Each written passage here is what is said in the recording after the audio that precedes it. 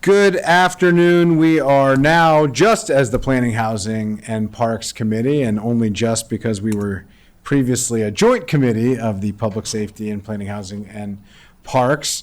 We're here with 3 items today, all related to the Maryland National Capital Park and Planning Commission's budgets, and we are going to efficiently make our way through these budgets with a number of moving parts, and I will welcome the Planning Board Chair and the Department Directors of Planning and Parks and turn it over to Council staff to walk us through the packet unless we want any introductory remarks from the Chair or from the Directors.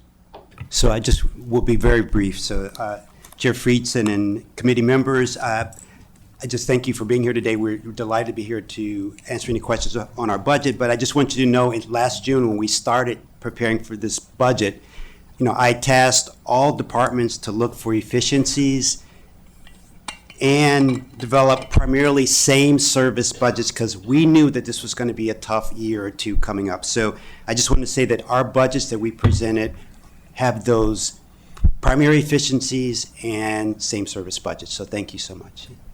Thank you for that. Thank you for all the work that you do. We're going to try to be efficient, but just know that we certainly appreciate the teams in the Parks Department and the Planning Department and in the Director's office who work extremely hard every day. And we're going to try our best to make it easier for you to do your job. So look forward to a good discussion. Let me turn it over to Ms. Dunn to walk us through the items on our agenda. Great. Thank you. Good afternoon, committee. On the first page of the staff report, you'll just see an executive summary with key issues. I'm not going to focus on that because we're going to delve into all the minute details of the things that need to be before you today. So we're going to start on the second page of the staff report. At the top of the page, you'll see a summary. This is the FY25 approved budget for MNC PPC, which is really 2 funds that are tax supported, the administration fund and the park fund. And you'll see also in this table the FY26 county executive recommended budget and then what the changes are from the recommended by the CE to the FY25 approved.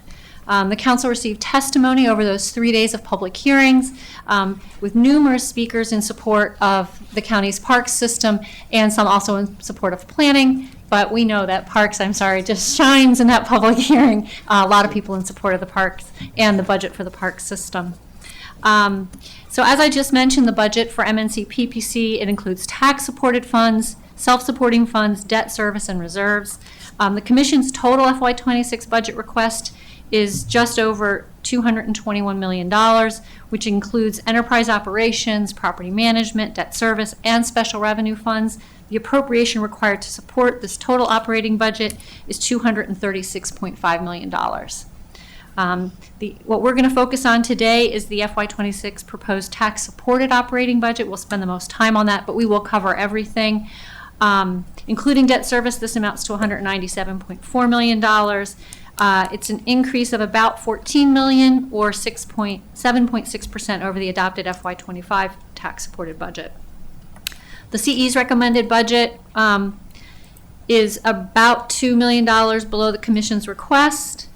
For the Park Fund, his recommended budget is about, that's for the administration fund. The CE's budget is about $2 million below the Commission's request. And for the Park Fund, the CE's budget is about $5.7 million below the Commission's request. If you turn to page 3, you'll see a very big table. We put this in every staff report each operating budget year because it lays out all the different pieces of the administration fund, the park fund, grants, those self-supporting funds I mentioned, internal service funds, special revenue funds, which are tax supported, which are not, and the total appropriation. Because at the end of the day, the council will be approving the total appropriation so that both parks and the administration have opportunity to spend that money. This is just a chance to note at the top of page 4 that bi-county approval is something that's required for this budget. Montgomery County and Prince George's County councils must agree on any changes to the central administrative services portion of this budget. That bi-county meeting right now is scheduled for May 8th.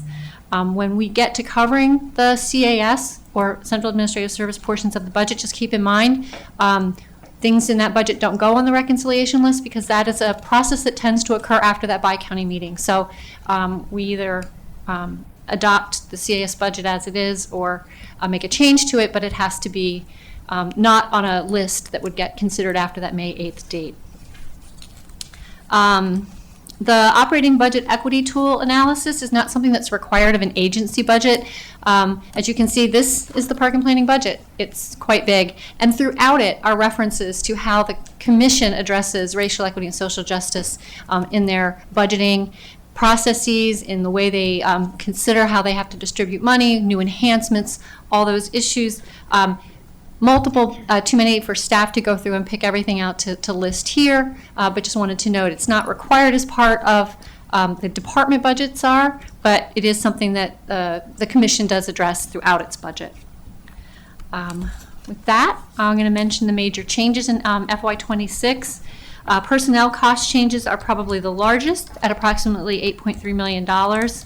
Non-personnel cost changes between last year and this new budget are close to $4 million at $3.8 million. And then funding for new initiatives to support program enhancements represents a third category and totals approximately $2.4 million. Again, as mentioned earlier, these changes in sum total about $14.5 million and are close to 7.8% over the adopted FY25 budget. And then again, on page 5, you'll see this summary of the changes in the budget broken down into those major categories. Personnel cost changes, you can see there a little more detail with compensation annualization, health insurance, compensation marker. You can see non-personnel cost changes, which such things as debt service and other major known commitments. And then again, critical needs or those program enhancements are the third category, and they're listed here by the Commissioner's Office, Parks, Planning, and CAS. With that, we are now going to turn to a little more detail to each of the three funds that make up the Park and Planning budget. And the first one is the Park Fund. And Parks has requested FY26 tax-supported funding of $142.2 million. This excludes grants, debt service, and reserves, and represents about a 7.5% increase over their FY25 approved budget. However, as we've already been talking about this morning in the joint committee meeting, the executive recommends a 3.2% increase over the FY25 budget, which has been a challenge, particularly covering compensation, and we'll get to that. But on page 6 of the staff report, you'll see a chart that summarizes what these increases by category are for the Park Fund. There are compensation adjustments, major known commitments, operating budget impacts of CIP projects is another one. We have a mandate to cover the National Pollution Discharge Elimination System funding. There's funding for new program enhancements. There's debt service on general obligation bonds. And then there's been a decrease in the other post-employment benefits category. So in looking at how each of these major categories changes, the first one is compensation. It's an increase of it constitutes about 56% of the increase between FY25 and 26. About half of it represents compensation adjustments that are commitments that should be covered. They are health benefits and pension costs. The other half of it has to do with a compensation marker and for compensation and reclassifications. Questions?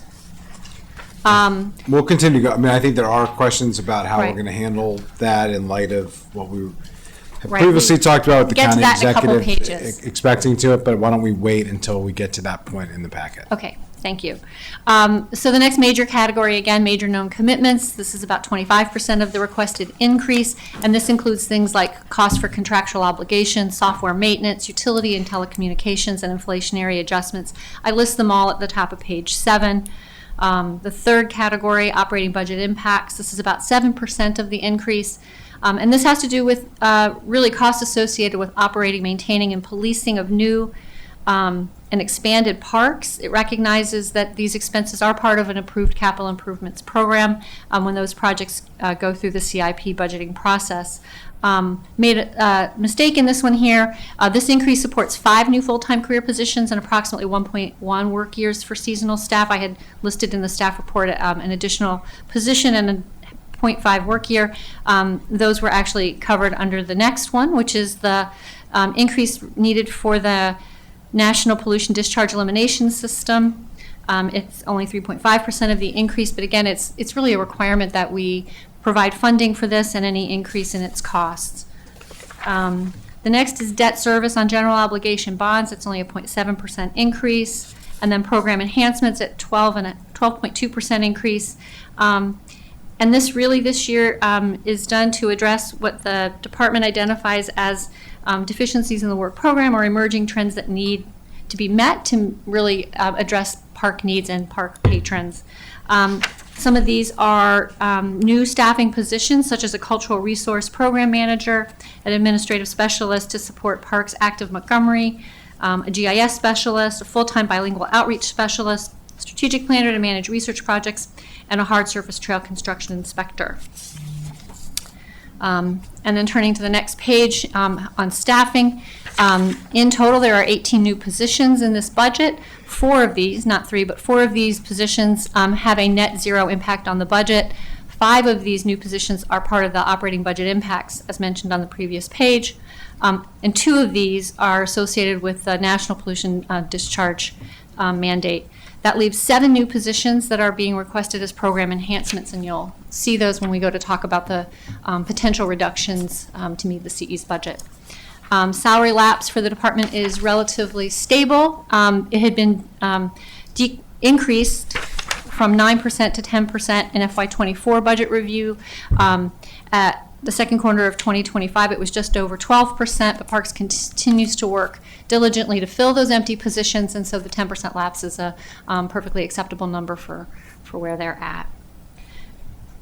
Next are fee increases, and the Planning Board approved a fee increase to some of its programs on January of 2025. There's a fee memo that was attached to the staff report. Fee increases naturally have more of an impact on the enterprise budget than they do on the tax-supported budget. However, there are some programs that are operated that it might be impacted through this budget: Community Gardens, the Parks Academy series, and the Cultural Resource Museums as listed on the staff report.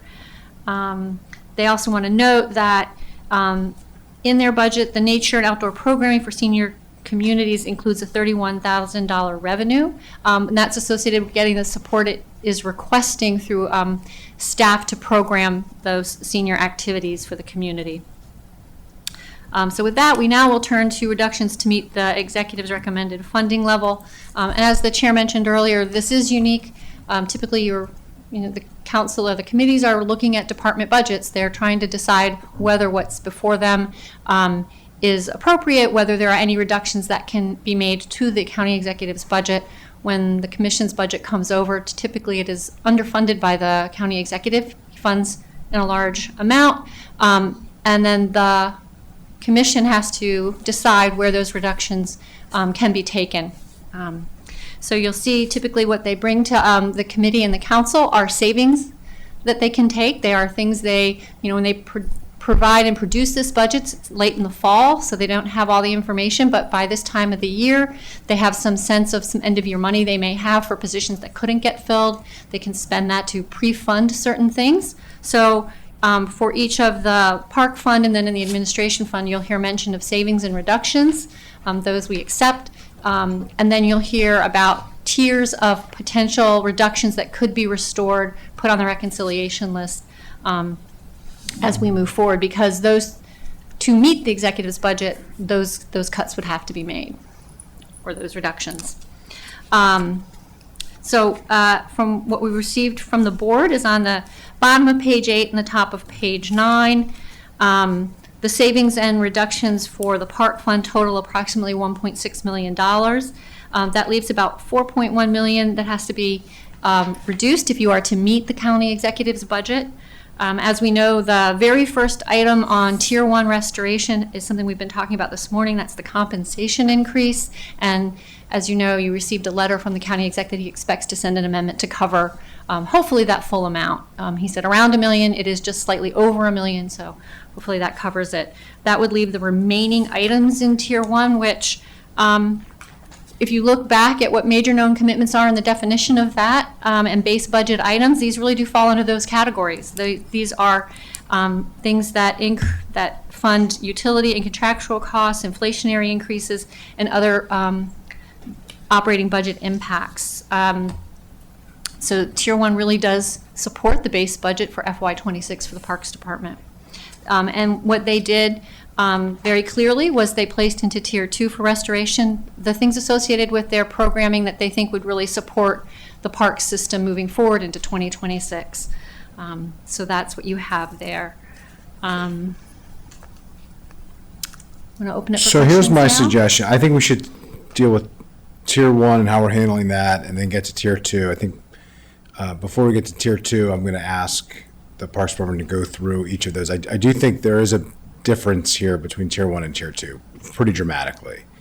Tier 1 are what wouldn't be considered additions, new enhancements, added anything. This is a maintenance of service based budget dynamic in any other department, including the compensation agreements. Tier 2 is a different story. Tier 2 are enhancements. These are new positions, new programs, enhanced programs, expansions. That is different and I think should be treated differently. There are a number of things here I'm sure that we would like to do and everybody would love to see, and I want to discuss those in detail, but I do think we should take them up separately. I also think that for Tier 1, there's two different categories here. There's the compensation piece, which may be handled in a certain way that we don't know exactly, but we at least have a memo indicating that something may be happening, and the county executive may be suggesting on how to handle, presumably, we think is going to be the $1,072,826. He said somewhere around $1 million was the number he used. So I'm assuming that's the exact number that he meant. And then everything else, I would put them both into a similar category of, maintenance level of service. But I do think we could put them into two different buckets, personally. So I would just note that. I will hear from colleagues, and I do think that is different than program enhancements and added positions, expansions, et cetera. So let me turn it over to colleagues if there are any comments or questions. Yes, on this, I agree with the chair. So going back to Tier 1, I mean, as you mentioned, the county executive said 1 million, but in reality it's $3.1 million if you include the whole Tier 1. It's not just 1 million, because you also have the utility increases. That's basic, that's essential. The budget impacts, the risk management, the contractual increases. The last one that I always have problems pronouncing, inflation, I-7. The whole thing needs to be part of the base. So it's 3.1 that we need to put back as a base. So what's the process? Okay. Do we tell the county executive, no, it's not 1 million, it's 3.1? So, from what I understand, anything that is going to change from what the executive provided as his budget will be an amendment to that budget. He's going to send an amendment that's going to cover the compensation. That's one line.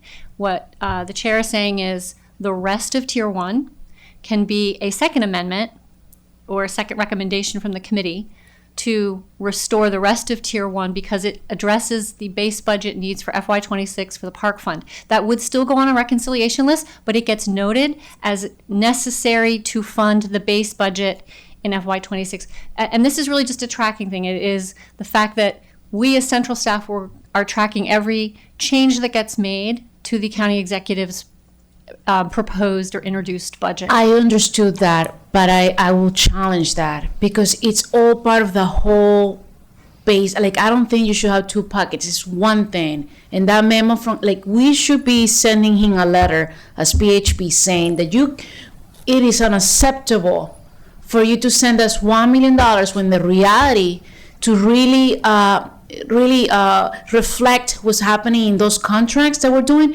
is 3.1 million. It should not be part of the reconciliation list because it's going to compete with so many other things. But that's my view. I agree with you. So let me make a recommendation. There are two different dynamics here. One is whatever the county executive sends over as a budget amendment, which we can take up or not. He ultimately is going to make a recommendation that we can bake into our expectations or not.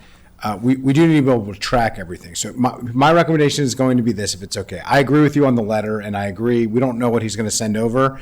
I think as soon as possible, if there is interest, I would be willing as a committee, if Councilmember Jawando agrees with what you're sharing as well, we could send a letter to say, thank you for your memo yesterday on, April 22nd on covering the mistake of the contractual obligations.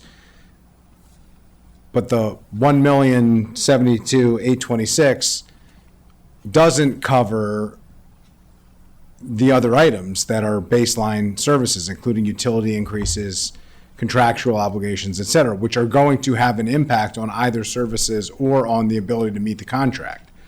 Those are not enhancements, those are not additions, and so when you send over your amendment, we would ask that you cover the $3,171,556, which we can send. Separate from that, though, we have to make a recommendation to the full council, and what I would recommend is that we have two categories of or we can do one if you want, but to say we think these are baseline services that should be funded accordingly, but the full council has to take that up and decide in the context of whether it's a reconciliation list and decided at the end, or whether it is, accepted and, which I think it should be, and taken off prior to that. Does that work? Okay. Councilmember Jawando. So it would be two different, just to summarize of what I'm suggesting based on what I've heard from Councilmember Fanny Gonzalez. One would be,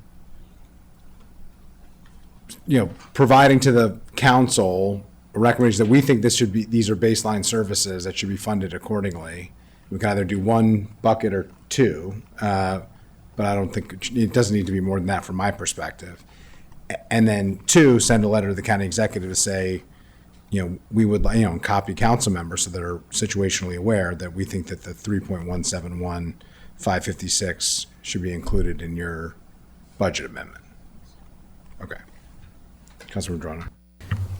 Yeah, I appreciate it. I think I followed. I was looking back at the memo from yesterday. It says approximately 1 million. So I think the intention is to cover that. So I do think that's a separate category, and we know that's coming. I think there's going to be agreement on both branches of government that should 100% be included as part of. I think councilman was agreed, but yes, for committee action, I would agree that would be restored. I also agree that utility increases and inflationary increases are part of debt service, are part of things you have to do. The one question I would have, I guess, to Parks is, was there back and forth on these items? Was it known to, or in OMB is here too, right? There's someone from. I just add quickly. Yeah. Typically, when the executive is looking, I think in making the recommendation for the park and planning budget, it's at the really high macro level. Right. It doesn't look at all the line items within the budget, but. Yeah, that's been traditionally how it happens. But I guess the question is, has there been any discussion on those specific items? Do you mean since the county executive Yes. submitted his budget? Yes. No, we've not had back and forth with it because Prior once, to, the numbers probably didn't exist. well, right, prior to, we were of the belief, we had kind of understood that all county departments and agencies could expect a number that was certainly less than what we were asking for, but we did not have any reason to believe that it would come in as low as it did. That was what was a surprise to us, that it did not fund same services nor fully fund compensation. And while we're on the subject of compensation, I just want to make sure we're just completely clear. Our contracts are negotiated separately, and we are currently in negotiation with our unions. We've not yet come to agreements on the contracts, but we follow on what the county executive negotiates with his unions for his employees. So we were, surprised that his departments had their compensation funded and our marker, it's really a marker, was not funded. Right. Yeah, and I agree. And like I said, the letter said it was an error. Whether it was or not, at least there's some acknowledgement now. So for example, item 1.6, contractual increases. Just give some context of what that is. Shuchi, do you want to address some of the contractual increases? Sure. So these are just basic maintenance line items that we have in our base budget. So for example, we have a portable toilet contract that we need to continue to fund. And there's always escalation costs with that when you're dealing with contracts. I definitely want you to fund that. That's one example. And then we also have we have another category in there that's similar, which is inflationary increases. So we're talking about increases for our ball field maintenance, for example. So we won't be able to buy as much seed to keep up with the maintenance in our ball fields, and eventually that means they're not going to be playable, they're going to be unsafe.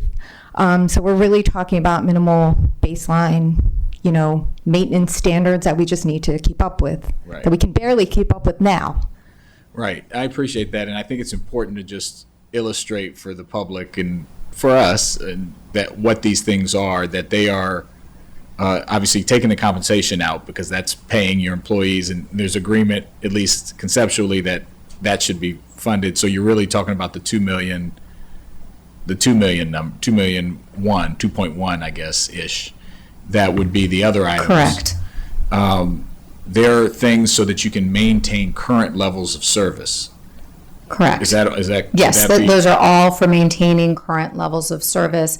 And that number, that 2.1 minus the 1, if we get it from the county executive, that number has already been reduced, as Pam pointed out in her memo, because right off the bat, we looked to find whatever savings we could, a big chunk of the savings that we were able to find so as to make that number smaller. It was about $1.5 million. About half of that, for example, was prepaying some of our risk management costs. We're self-insured. There were a couple of other things in there. We deferred some of our OBI for later in the year.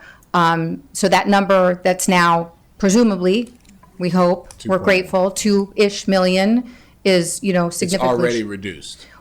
If the county executive's amendment comes through, yes, it's already been reduced. It's Right. smaller than it would otherwise That's what I be. mean, We've been trying to shrink it as much as possible so as to make it something that can be swallowed. Yeah. Palatable, yeah. Yes. Also, another important point. So I am comfortable with putting the compensation back in and saying it's our assumption, and then putting these other things as a tier 1 restoration, saying that we think they should be part of the base budget, but obviously we need to track it because it wasn't sent over.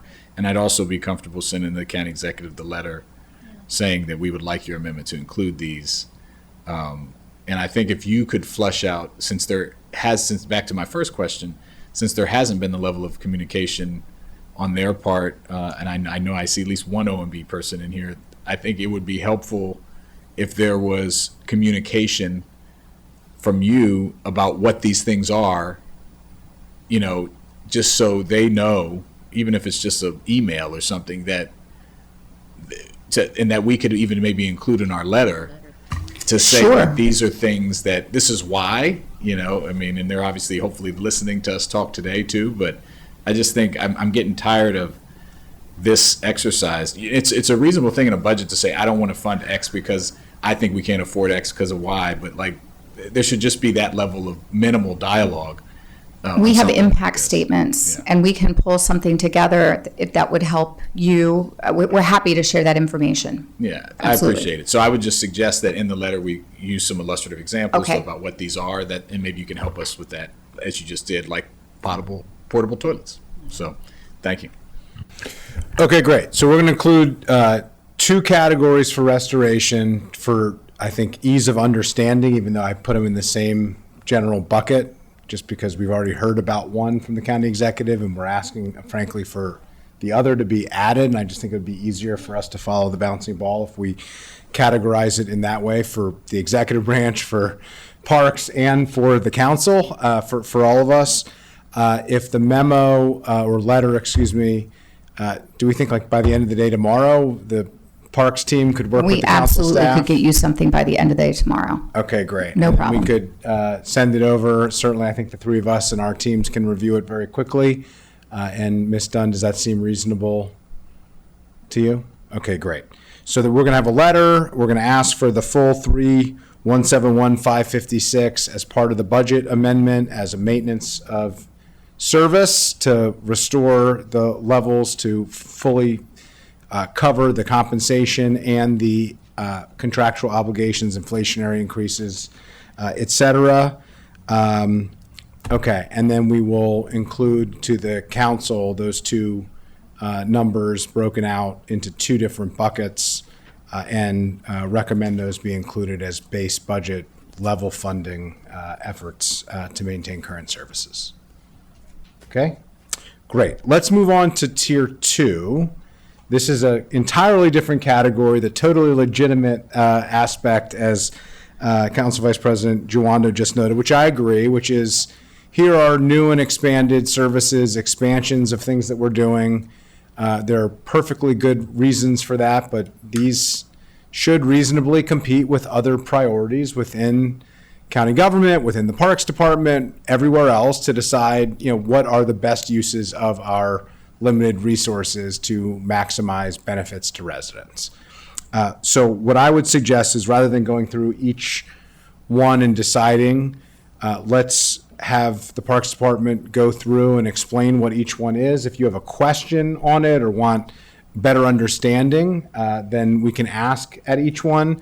But then we can have a discussion of what, if any of these, we're going to recommend to colleagues on the council to be included on the reconciliation list to compete with other enhancements and new programs, new positions, et cetera, if that works for everybody. Yeah, absolutely. Great. Shuchi and I would be happy to go through these So just as go quickly through, or slowly as you like, but Yeah, we're just going to do go through the, each one high level if you can, explain what Very it high is, level. and take a brief pause. I'll just turn to colleagues Sure. to see if there are any questions. Okay.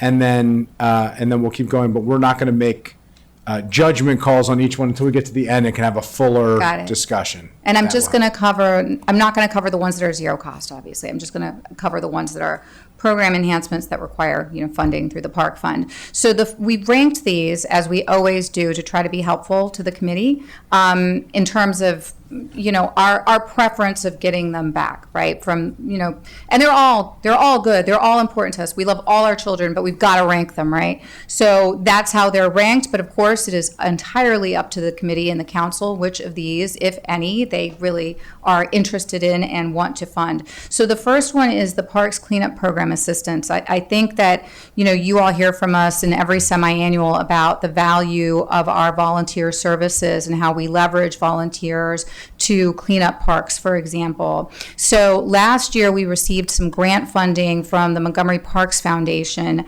that allowed us to hire a temporary position because we thought we wanted to pilot what more could we accomplish if we had one other person in our volunteer services team who was managing cleanups. Currently, we just have one. So we wanted to create another one. And what we found was with this position, we increased the number of cleanups by 50%.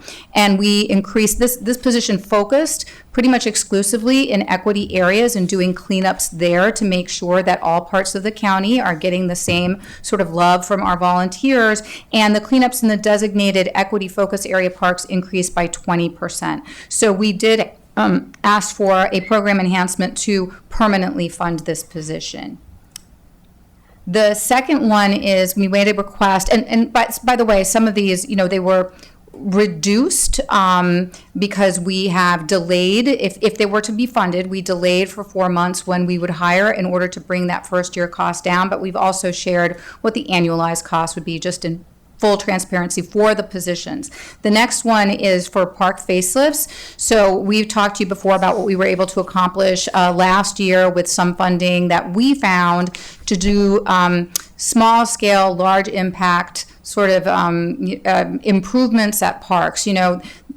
We do a lot of, minor new construction and major maintenance, and we do park renovations, but sometimes in between all those things, little things fall through the cracks. An example of that would be signs in our parks. And we were able to replace a number of brown and white park entrance signs, and this made a big difference. So we asked for $200,000 to go into our budget to help fund those sort of small impact small scale, high impact improvements.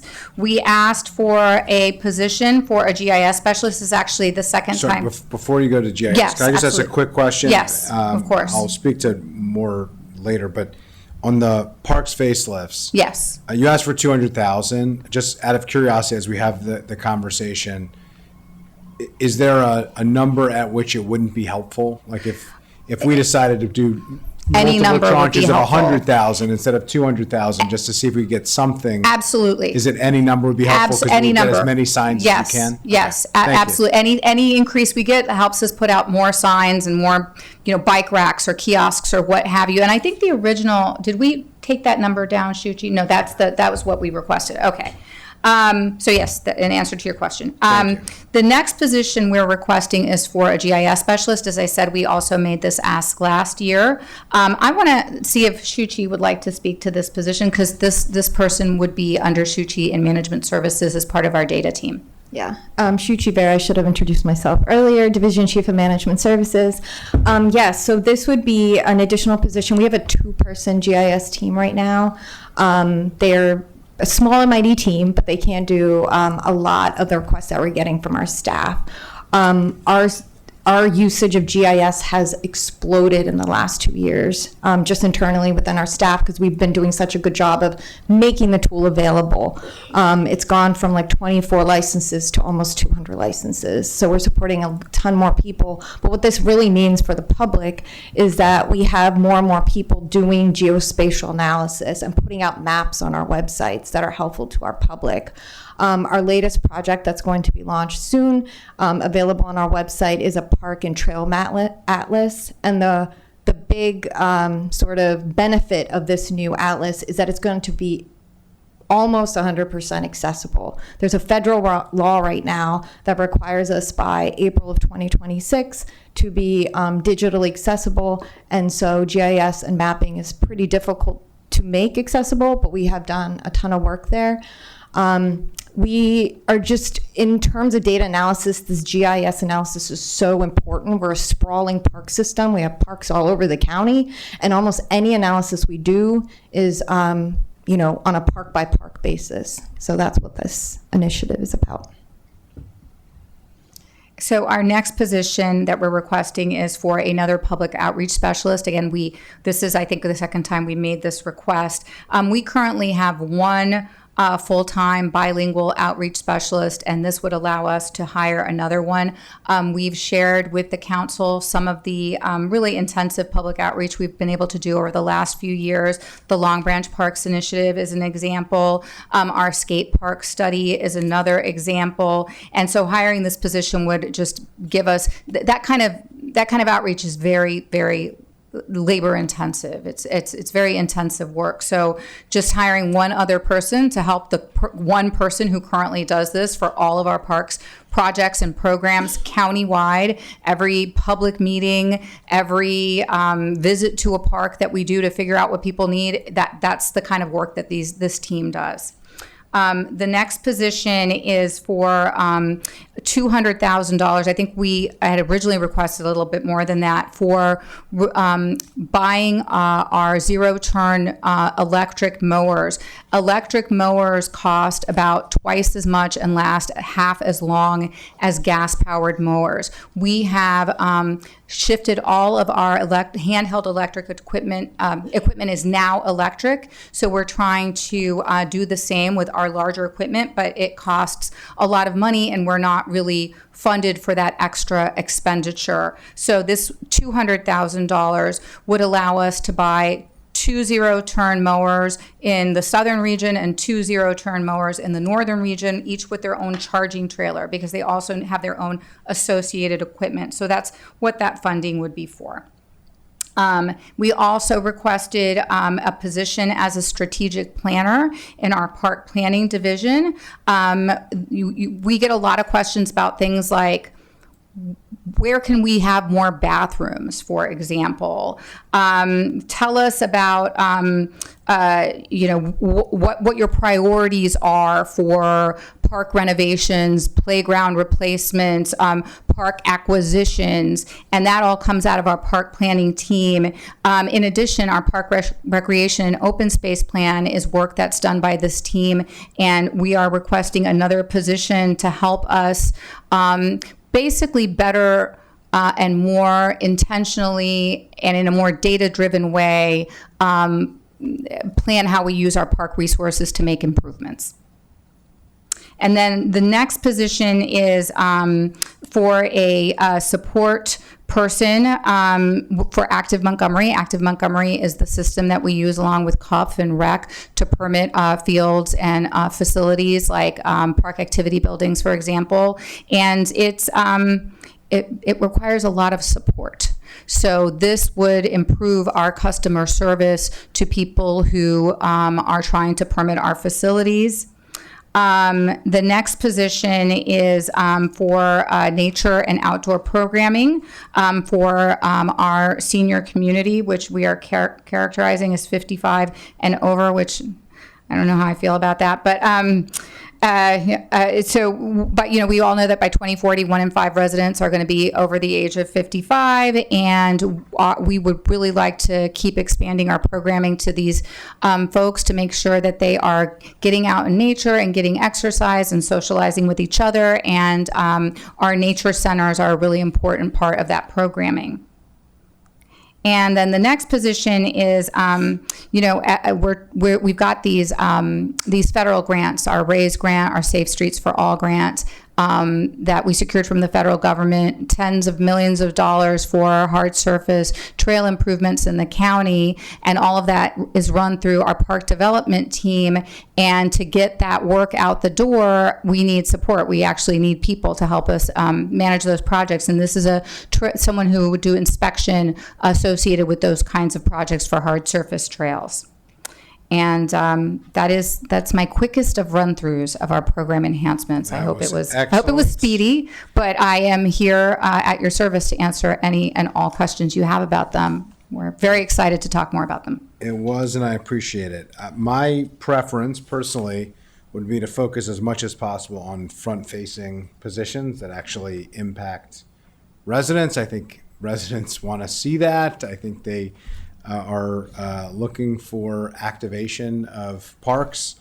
There's a mix in here of that, and so if I were personally prioritizing, I would lean more towards programmatic, front-facing, customer-facing elements, just to kind of put my cards on the table. But let me open it up to colleagues, and we can have a discussion and see if we can land on a consensus, which we tend to do in this committee on this particular budget year in and year out. Councilmember Toronto. Yeah, I appreciate that. I'll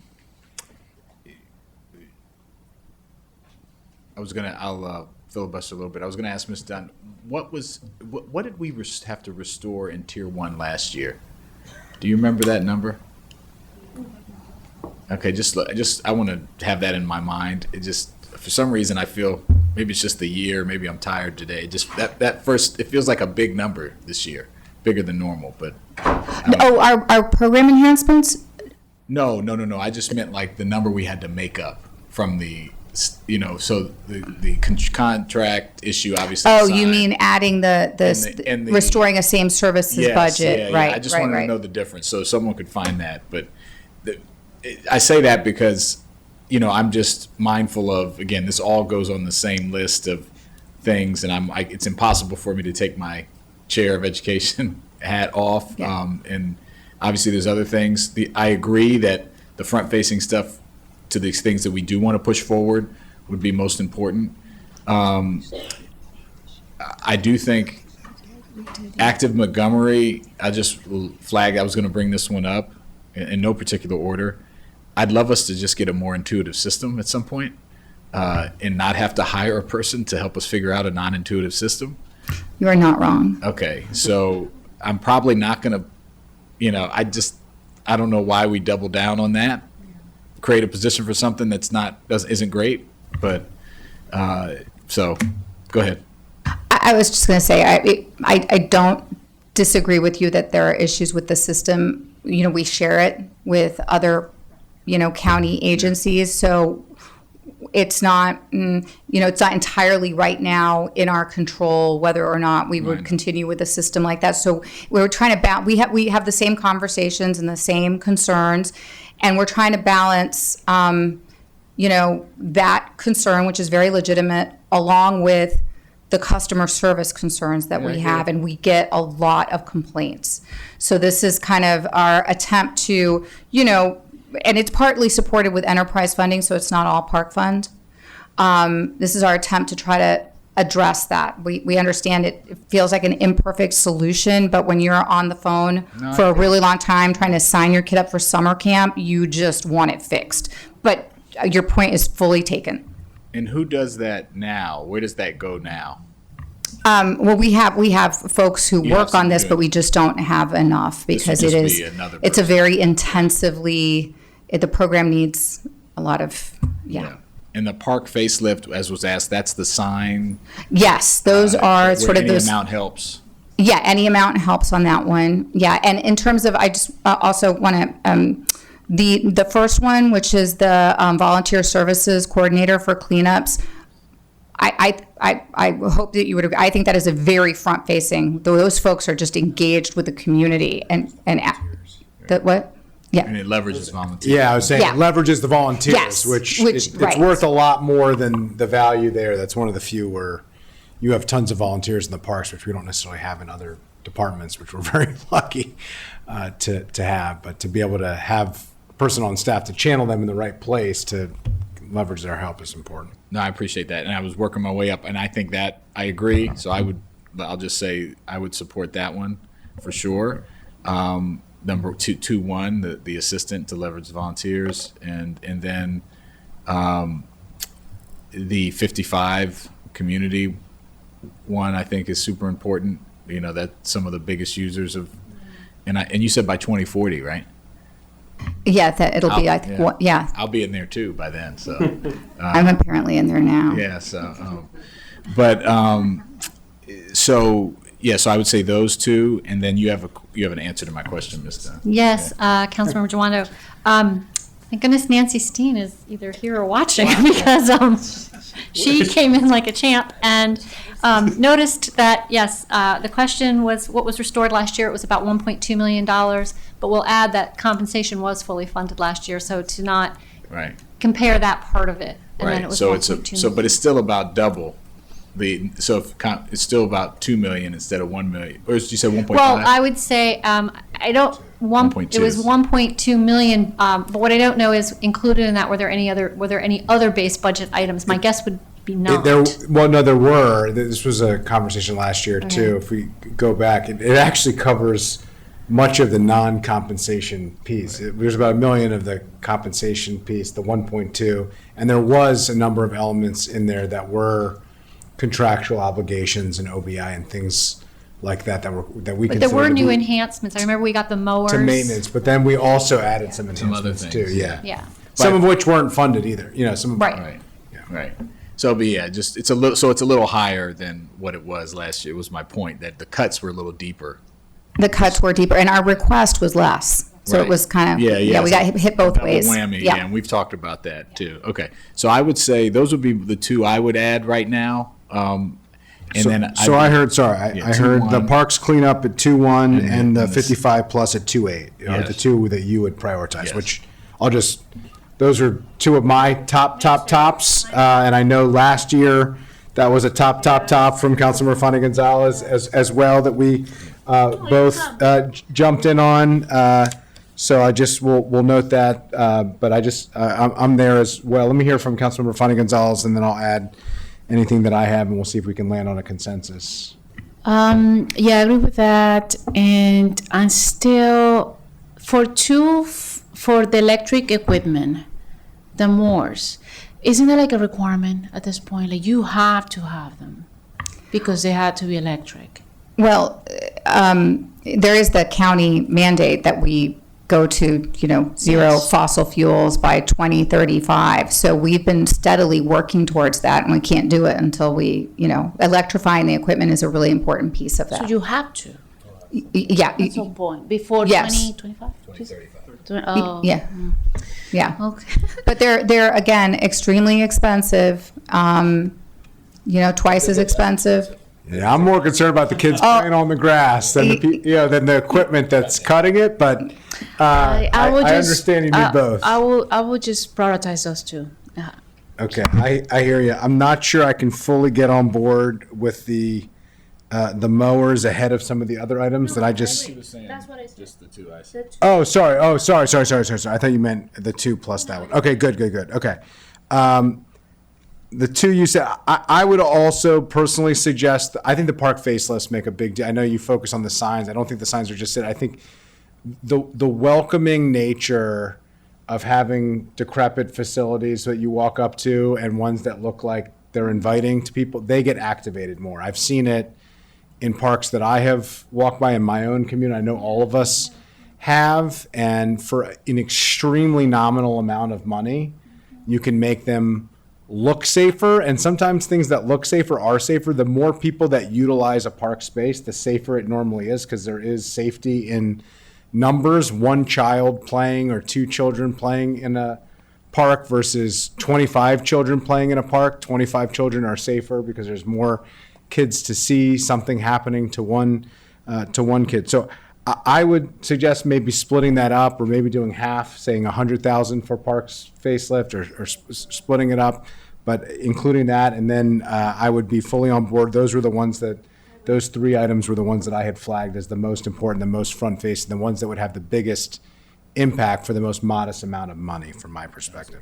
Yeah, please, Councilor Madrona. Yeah, and on the facelift, I had assumed this was more like sidewalk repair, where like you have a schedule, you're doing it already. This would be an enhancement, or is this to have it done at all? This is to have it done at all. So Okay. our maintenance teams go out every day and do things like pick up trash and, cut grass. But a lot of this kind of replacing a park bench or a picnic table or painting something that's just looking kind of ratty is not the kind of everyday maintenance that they're engaged in. So then the other kind of work we do, as I mentioned, is, minor new construction, starting to get into larger projects or whole park renovations. So what happens is that unless something is broken and it's a safety issue, there isn't like a way of attacking it unless you're going to do a much bigger project without this kind of pot of funding in order to kind of target specifically these kinds of small fixes that aren't everyday maintenance and then aren't projects. So there's no other dedicated funding in your budget that would address a park sign?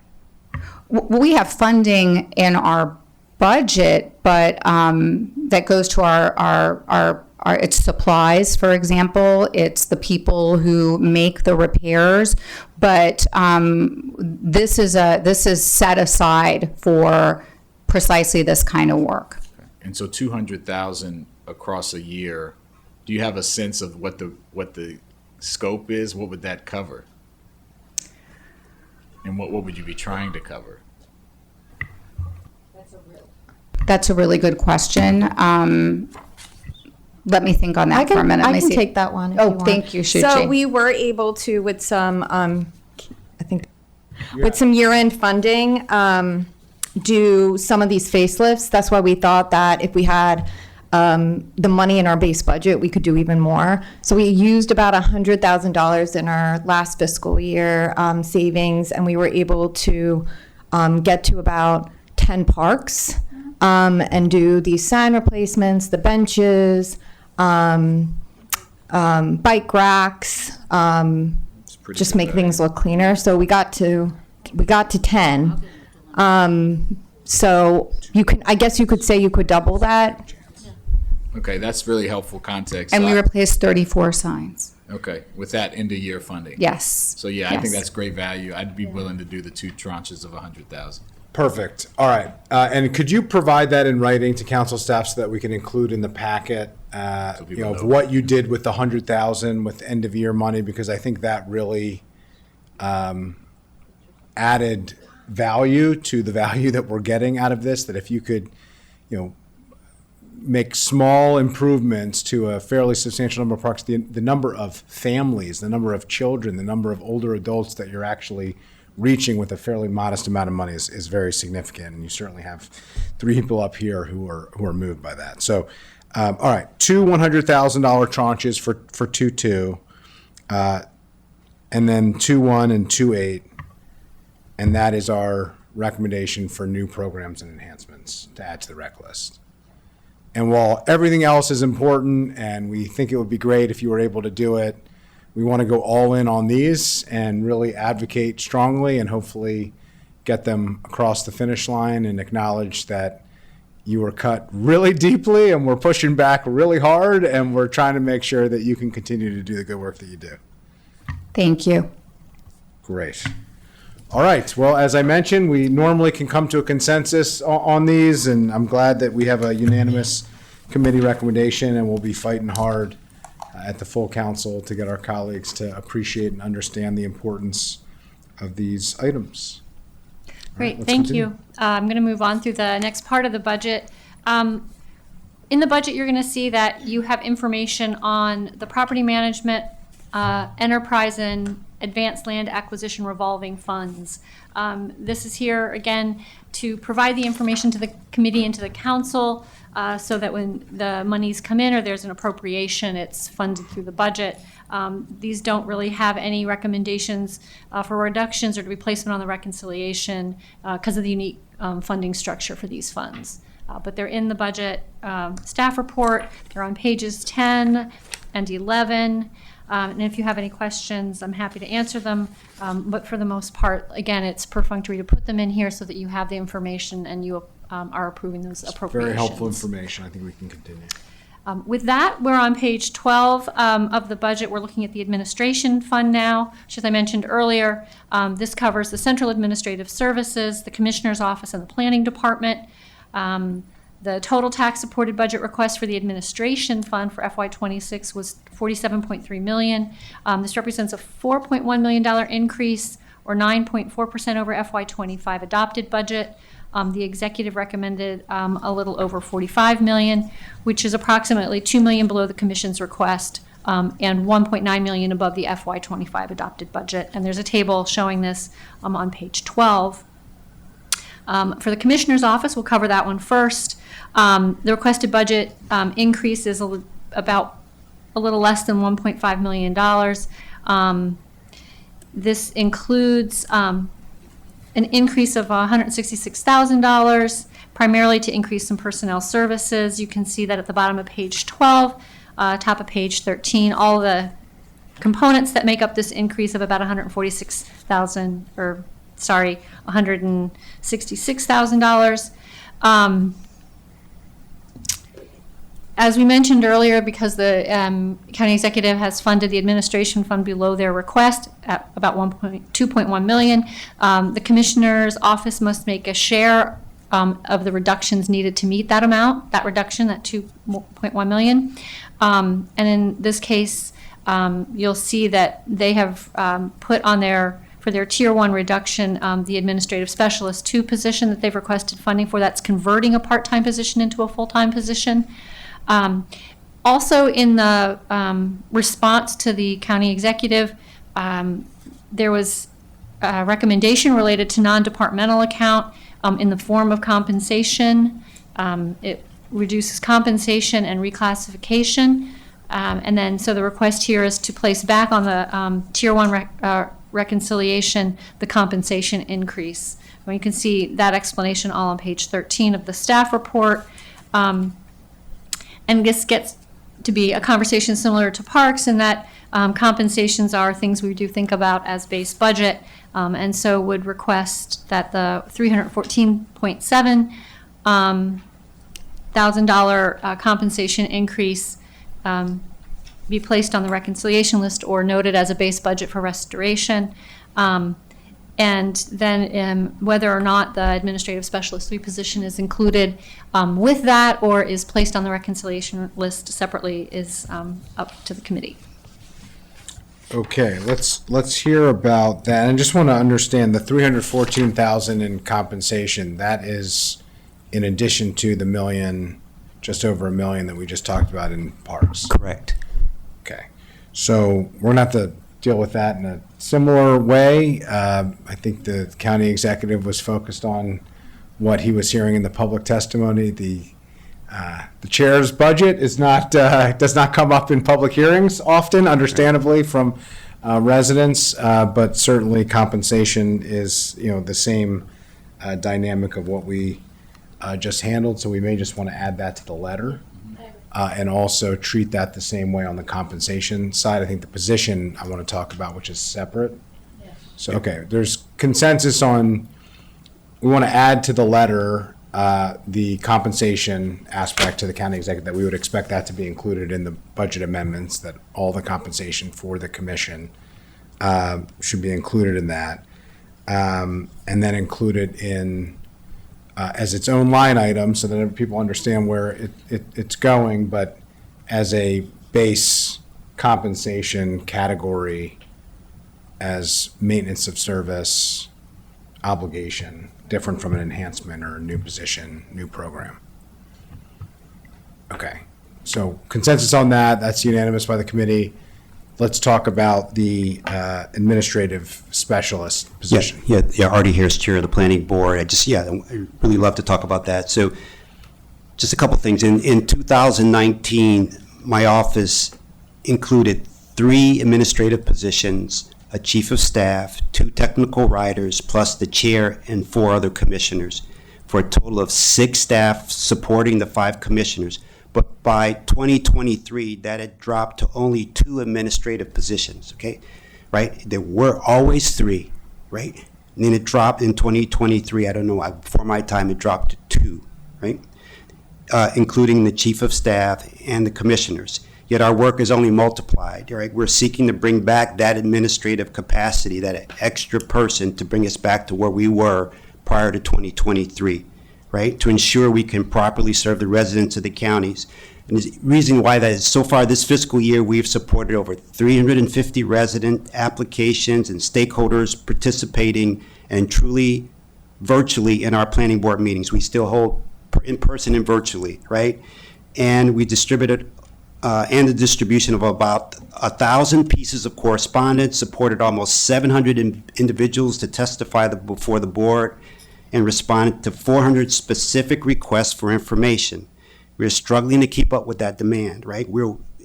So far this year, we're doing more than we did all of last year. So what we're asking for is this additional person to help with all of our administrative demands, and given there more than there were before, they're increasing every year. So that's why we are asking for this additional position. It was not more than what anyone had before. We even went back to 2014, and they also had 4 administrative staff positions, okay?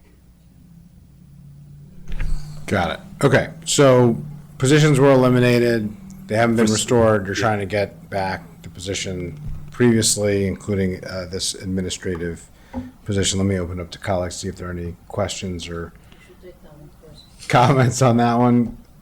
No colleagues here are jumping at the opportunity to talk about this one, but let me. Sure, I'll fall on the sword. I appreciate it. It's hard for me to justify that in the context we're in right now. I'm not saying there's not need. There is, of course, need, and you've articulated it well.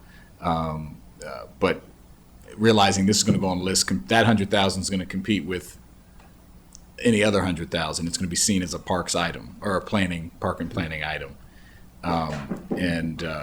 So I don't think we should move forward at this point. I know you leverage in the conversation we've had offline that you leverage probably more than they'd like park and planning staff to help with things. So yeah, I just don't think we should add it at this point. Councilmember Fanny Gonzalez. You said it so well. I had this conversation with parking planning. You know how I feel. I'm not gonna say it here. I don't think we'll survive this budget, and I will not. I mean, even if we say yes and we add it, it's not gonna survive. I don't believe it, and I just don't see that as a top priority for me with everything going on. So. Yeah, I appreciate it. I don't think we're saying no, not never, or not ever. I think we're saying no, not now. I'm a little uncomfortable twofold. One, I want to be able to go to bat and fight really hard as a committee for everything that we have in the park and planning budget, given the magnitude of the cuts that are before us and the huge needs that we have and a very challenging budget cycle. And I'm not sure that's one where we have full-throated advocacy that we're going to get from the committee, and I just would rather us be able to, with a unified voice, to be able to fight hard for what we have, and I'd be a little concerned, although I don't think it would make it through, and I think it's a little disingenuous if we put it on and aren't really fighting for it, as Councilmember Fanny Gonzalez said. And I wouldn't want the 55-plus position or the coordinator of volunteers, in our parks and to not get funded at the expense of this. I mean, and I think realistically, we're going to have to fight hard to get those. So appreciate it. I think we're in agreement on that. But I appreciate what Yeah. you're saying, but I just wanted to be clear that this is not, we're not asking for something that that the board didn't have before, and that I just want to know that we're working very, very hard for this constituents of this county, and just wanted to just put on record, it's not an additional position, wanting more and more, but it's a position to get us to where we feel we can deliver the services needed. So, Get you back but I to where you understand, were. but I understand Yeah, where you I hear are. you. Okay. We hear you. I hear you. But it's not one that we're able to Understood. fight in a full-throated, unanimous way for as a committee, and we're committing to that. And I hope you and the whole team at Park and Planning hear that, because this committee wants to fight for you. And that's just one where we're not in a position this year at this moment, given the magnitude of the challenges that we're facing and all the needs that we have, to fight for that one right now. Understood. Appreciate it. Okay, let's continue. Okay, great, thank you. We're going to move into now the planning department's portion of the administration fund. You're going to see at the top of page 14, currently the planning department is staffed and managed across 10 different divisions. Their budget, the budget resolution is required for them to show their budget across these different divisions. A summary of the 25 adopted and 26 requested budgets are listed at the top of the page there. But after receipt of the proposed FY26 operating budget, the planning board has now approved a reorganization of staff into new divisions, and a crosswalk of funding from the old structure to the new is provided for you at the bottom of page 14. So any changes that will be made through this budget process are going to be attributed to this new breakdown at the bottom of page 14 on the right-hand side. You have any questions? Okay. I don't think so. We turn to page 15, you'll see the, similar to what we've done for parks and for the commissioner's office, we have the planning department's major changes from FY25 to 26, changes that are related to base budget changes. Again, these are salary and benefits, inflationary increases, major known commitments, and then new initiatives and new funding, both broken down as one-time funding and ongoing funding requests. And we'll take these up in turn. So according to this, the increases to the base budget include salary and benefits, inflationary and chargeback adjustments, and other major known commitments. Major known commitments make up more than half of this increase, and they include the things that are listed at the top of page 16 of the staff report. They're an update to the GIS base map, project docs, cloud migration, an increase in funding for the travel demand model maintenance, and an increase in funding for the master plan monitoring. In addition, professional service funding is listed in a chart within the budget, and of note, there was funding for a request for $16,000 of ongoing funding related to the Planning Academy. As you'll recall, last year, the council approved $199,700 to fund the Planning Academy. And it was planning's intention last year to have a conversation that included $16,000 of this, which would need to be provided annually to support the program. However, the council didn't discuss this last year in FY25, so we kind of need the committee's nod that there will be this ongoing commitment to support the Planning Academy that would be $16,000 worth. It doesn't change the bottom line in this budget, given the way things were drafted here. Okay. Agreed. Great. And then third, staff requested any other additional increases to ongoing contracts, and there were two. There's a $46,700 increase in this budget for placemaking efforts. This would increase the current funding from $83,300 to $130,000. The other is a $20,000 increase to support historic designations, which would double its current funding of $20,000. Any questions? No questions. Okay. Now we'll turn to new initiatives. One-time funding, there's a proposal for 4 new one-time initiatives or studies: housing needs assessment and preference study, analysis of shaping corridor-focused growth, retail market analysis, and development of green streets guidelines. In total, these are $620,000 worth of professional service funding, but they replaced last year's one-time funding of $418,700 for a net increase of $201,300. In addition, there is new ongoing funding, $300,000 for a master plan support. This is important to notice that typically in the past, this has been included in the other category as one-time funding for each new master plan that gets added to the work program when we do an operating budget. So the change here is going from one-time funding for master plans to just a lump sum of ongoing master plan funding. And so it's now included in this category. The other major change for new ongoing funding is $415,000 plus for new positions. 3 new positions that are funded with that money. One is a converted position. And with that, that's also summarized for you under the salary and the lapse. We can turn to the master plan schedule. We'll go through that before we talk about how to meet the CE's budget. So at the top of page 17, what you'll see below, planning has a proposed list to their work program. We have 2 master plans, a Burtonsville Employment Area Minor Master Plan Amendment and a Kensington Sector Plan Amendment, and then the studies, many of which we've already mentioned because they were under the funding initiatives listed on the previous page. Then also on this page, you'll see the schedule of when those master plans, both current and proposed, are scheduled to be delivered to the council. If there's any adjustment in timing that either planning wants to make or the committee or council wants to make, we should note it at this time so we can update that work program chart when it goes into the resolution. And then following that on the next page are the deliverables for studies that were also part of the work program chart that was provided by the planning department. If there's any questions? Councilmember Joanna. Vice President Joanna. Yeah, thank you. Just on the, we've talked about these master plans, the Burtonsville and Kensington sector makes sense. Remind me about what the locational atlas update is again. Sure, that was, for the record, Jason Sartori, Planning Director.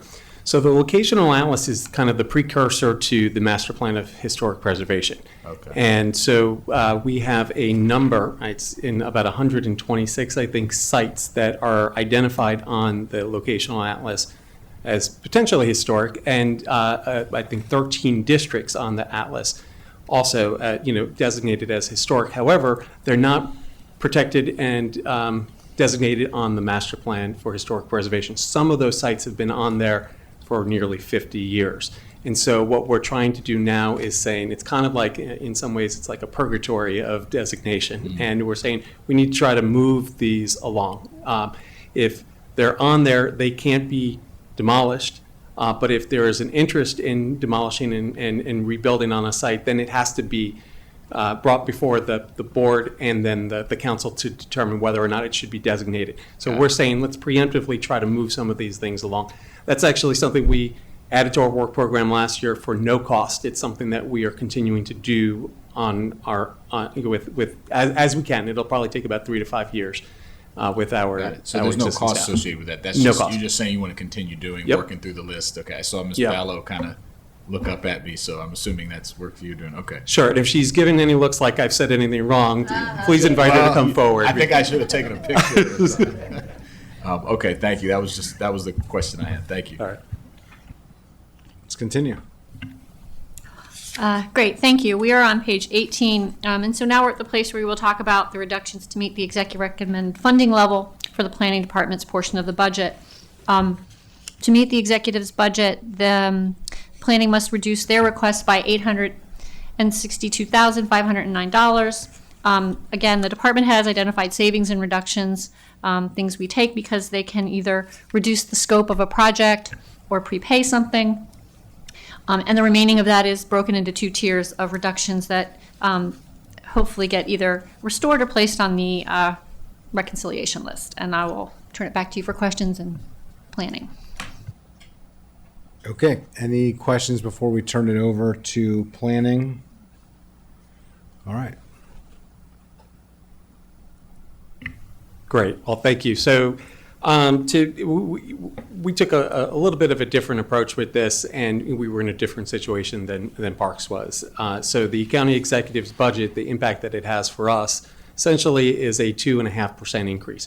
But if you take a look at our base budget, the base budget increase was a 2.3% increase. So the 2.5% just barely covers our base. And so everything that we've offered up here are things that are new initiatives, whether they're new ongoing initiatives or new one-time initiatives. And so as we went through and we tried to identify our $862,509 in reductions to meet the county executive's budget, the first thing you see that we reduced was that master plan support. We were requesting $300,000. We reduced that by about a third. And the impact of that, obviously, is that it limits the amount that we can put into the work that we're doing on master plans, which may delay some of them. But we want to at least start the process of getting the funding in this new kind of format. The other two, we have also offered up portions of the 3 positions. So we completely offered up the climate position and the organizational development administrative specialist positions as non-recommended reductions. We also offered up, as a non-recommended reduction, a 4-month lapse in the placemaking coordinator position. So we wanted to maintain that, knowing the importance of placemaking at this time, and in knowing that it's a major and significant component of the work that we do in the planning department, and we need someone who's kind of charged with organizing and kind of running that effort for us. The other things that we offered up was a reduction, cutting in half the housing needs assessment and preferences survey study. So this is actually kind of 2 pieces. The housing needs assessment was something we did in 2018. It was 2020 in advance of Thrive. And so this would be an update of that. A lot has changed. It would give us an opportunity to understand how our housing supply meets the demand that we have and the needs that we have based on different types of housing, different price points for different populations as well.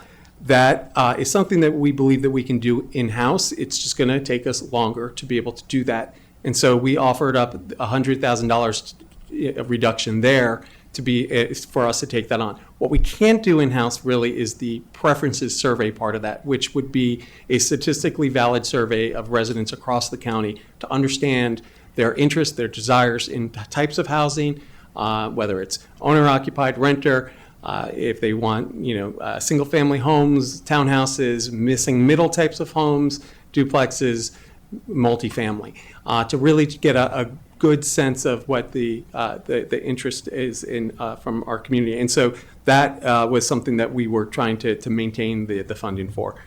And then the other, as Ms. Dunn mentioned, that there are some that we offered up as pure reductions, and those were the retail market analysis. We believe we can fund that through money that we have for year end this year. And then the shaping corridor focused growth was something we were going to merge in with our Georgia Avenue corridor plan.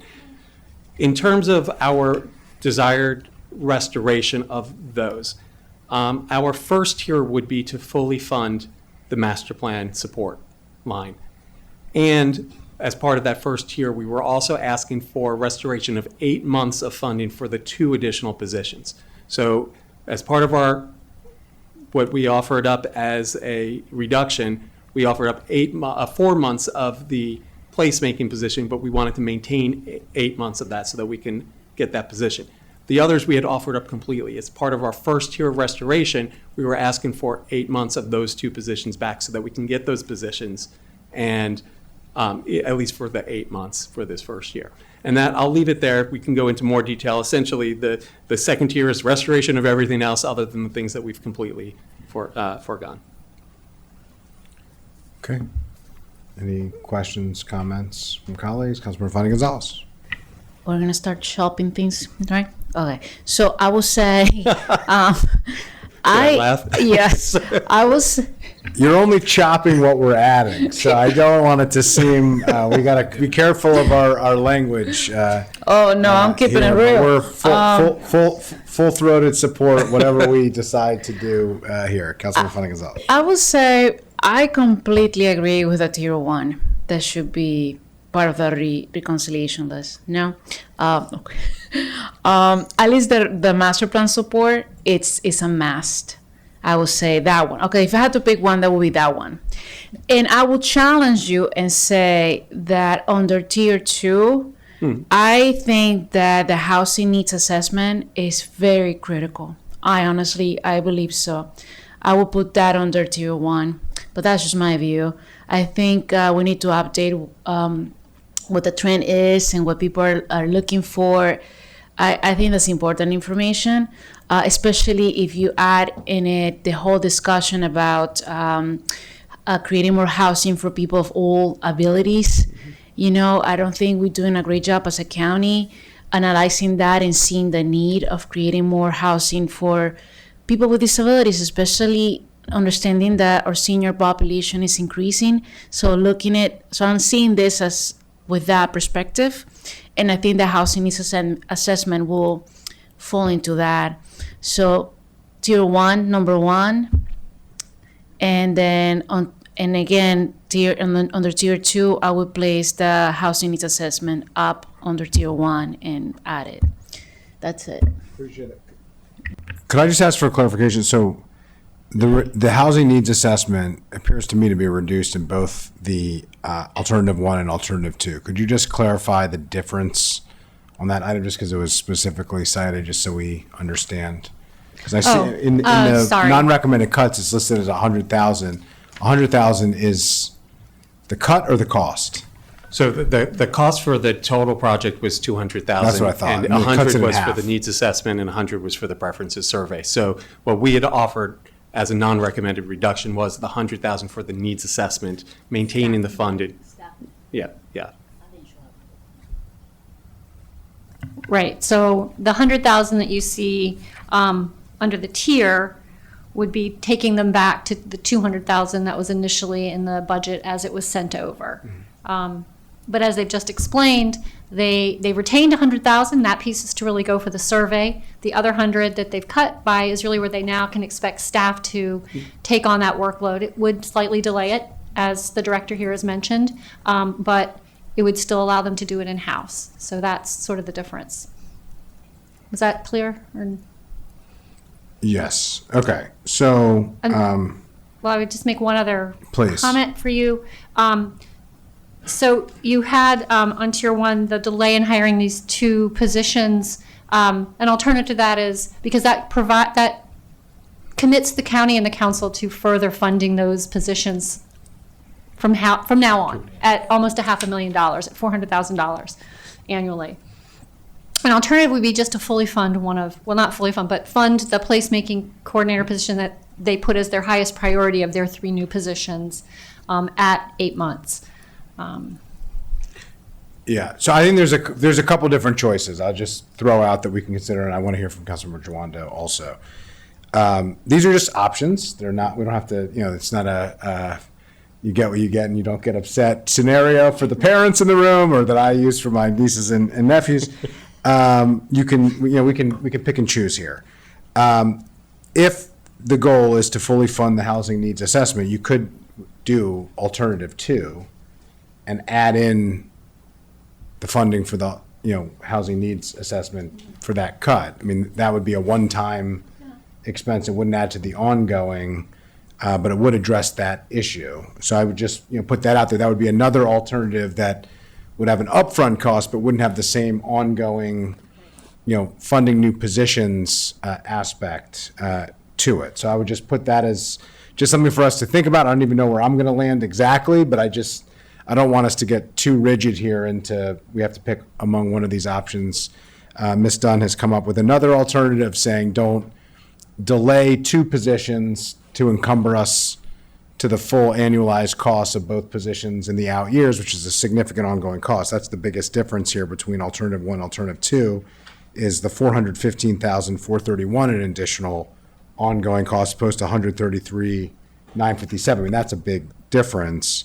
So I just, we'll put that out there as well. So I think we have a few different alternatives that we can think through. Council Vice President Joanna.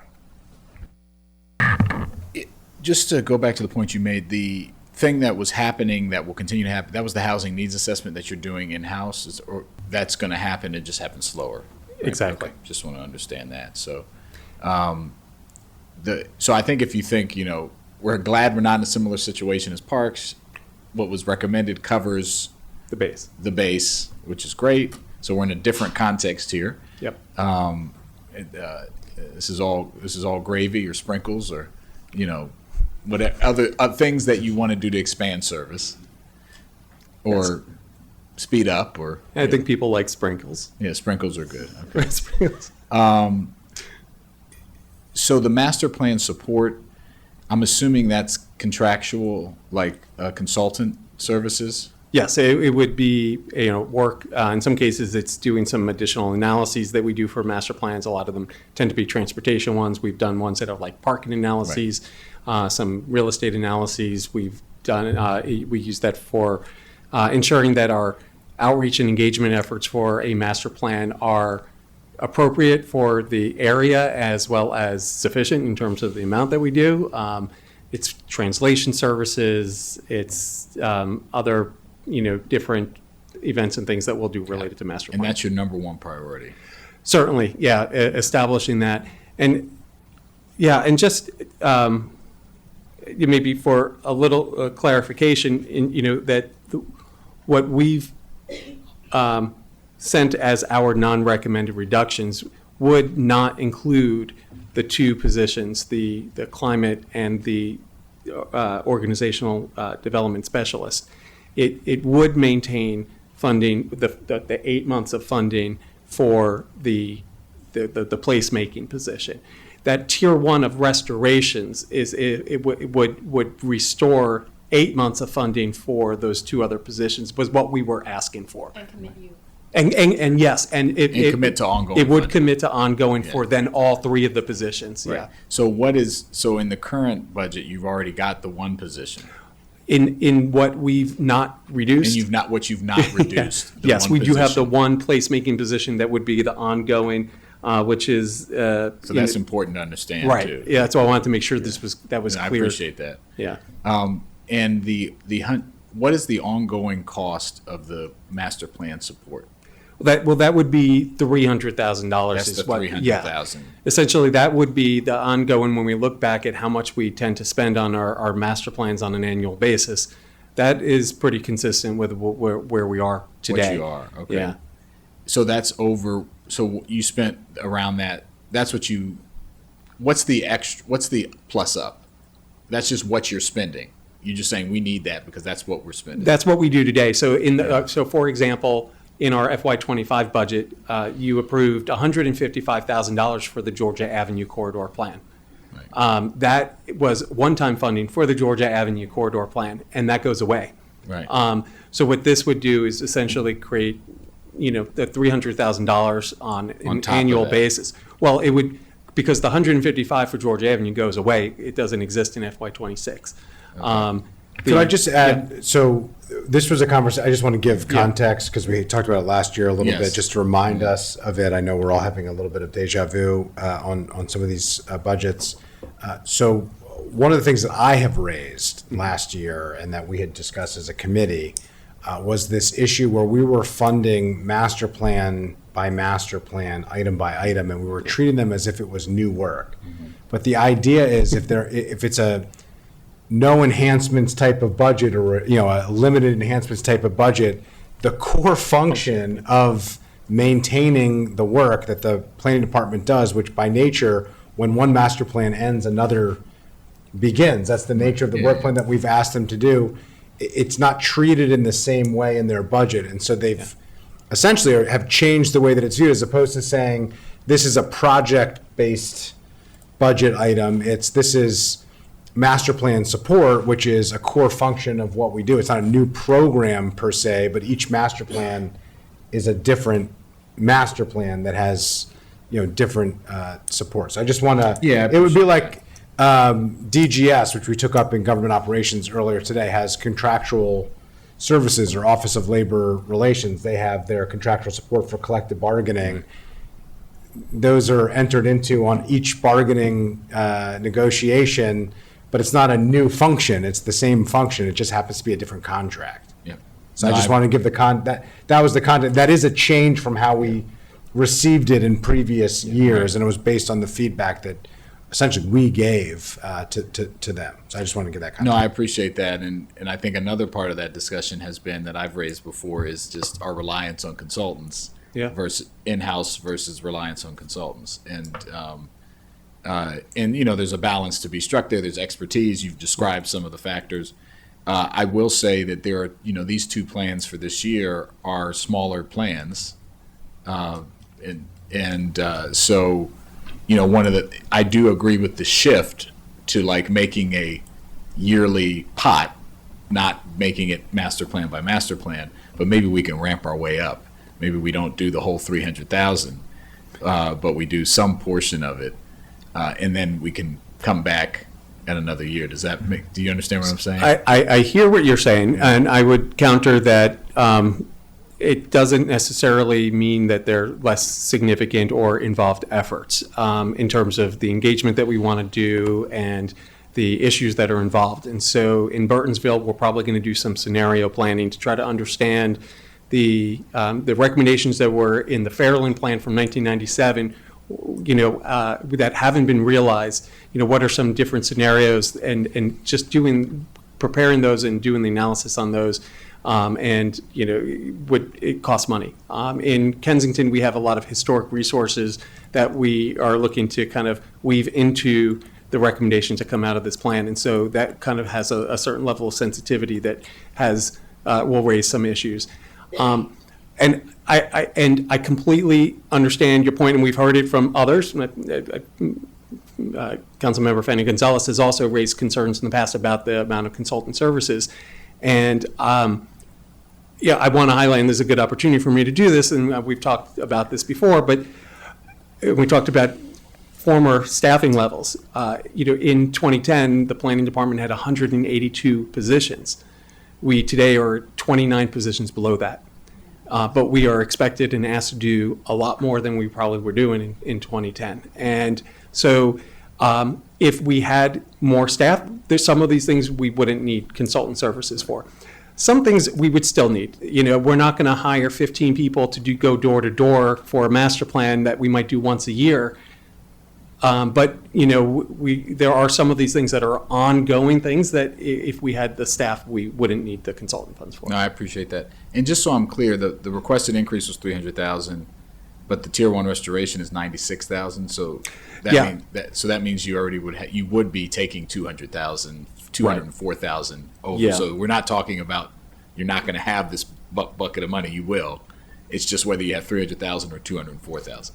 Right. To meet the county executive's budget, we reduced that almost by a third, and that would have implications in terms of timing of when we start the master plans and what we're able to, Got it. Okay, but that remains your number one priority.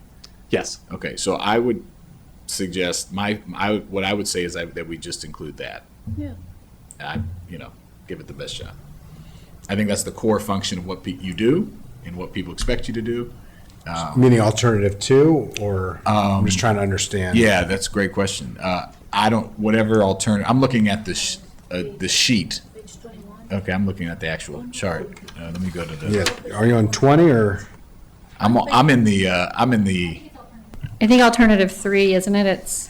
It may not even be on this page. I don't even know if it's an Let's just alternative. not look at the table and we'll Yeah, just that's like. what I stopped doing. I stopped. Yeah, looking yeah, at no, it. it's fine. I just want to make sure I'm I'm just understanding saying, what we're. just restore the 96,000. Just the master plan support. Just the master plan Okay. support. That is my We're suggestion. ignoring the table on page 20. Yeah, and you've already got the one position. Alternative 2, the net function is 96,383. So that's why I asked. Maybe that's what it is. So I just want, because that's after the puts and takes of the reductions that you've taken and the master plan support, the delaying the hiring of the placemaking coordinator. But I don't what want you're to. I saying don't is want to annualize any. don't positions. annualize the placemaking coordinator. Yeah.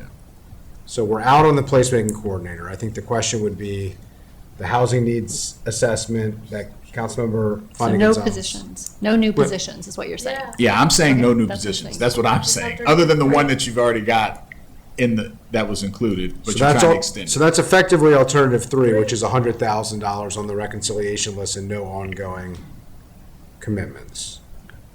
That's my suggestion. Jason? Okay, yeah, I mean, I did want to, You're welcome to. Yeah, Sure. and I can you wanna just tell them- explain this? Because in alternative Stop. 2, there's 96,383. I may have made a mistake in the table, that's why I asked you to stop looking Yeah, at it. okay. Yeah, I think there is a mistake that's, Yeah, okay. let's not look. What we need to do is figure out where the committee is with what they want to put on the reconciliation. We were hearing master plan support.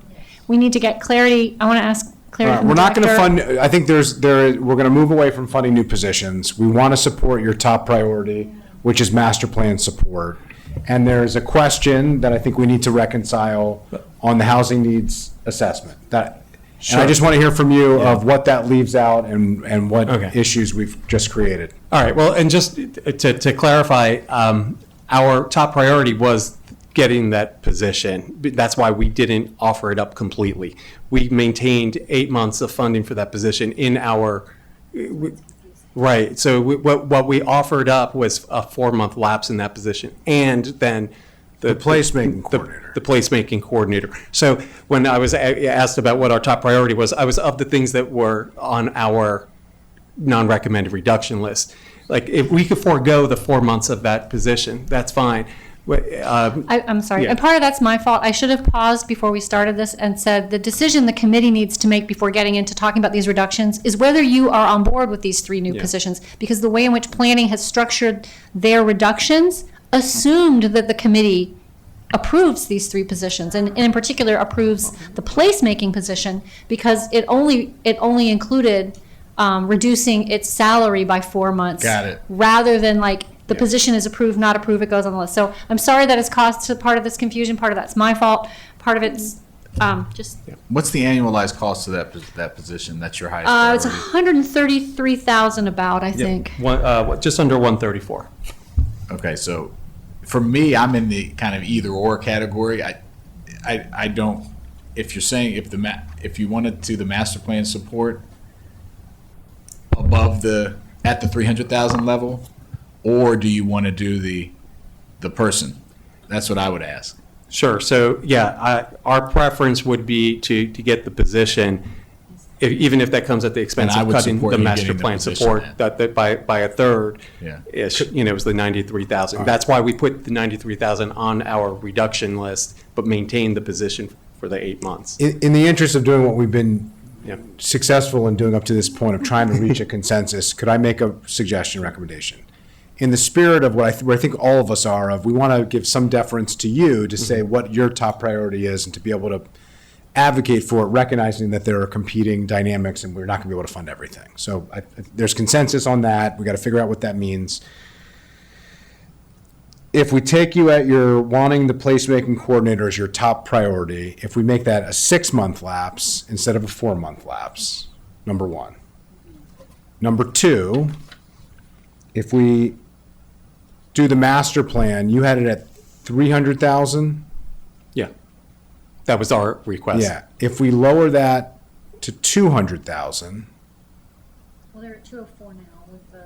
You took them lower than I was. pardon? So I think Their reduction was only 96,000-ish, so Yeah, they were at 204. just wait, there's a third part to sorry. this. It's gonna- And the third part would be to add back in part of the housing needs assessment? I'm trying to find the balance of what everybody has said their, priorities are and what That's a one-time cost. what the department, that's a one-time cost. What the department has said, and balance the ongoing with the one-time, which is something that I know we're all sensitive to. And the question on the housing needs assessment is, you've cut it from 200 to 100. Do you need all 100 back? Would 75,000 back? Would 50,000? Is there a point at which it doesn't really mean anything to fund it? Yeah, I think that if we had less than that full 100 back, what we would do is we would do a certain portion of it ourselves, take on more of it, and the consultant who would help us with it would be there to supplement our work with whatever we were able to pull them in on. So if it was less than the 100,000 back, that we'd make it work.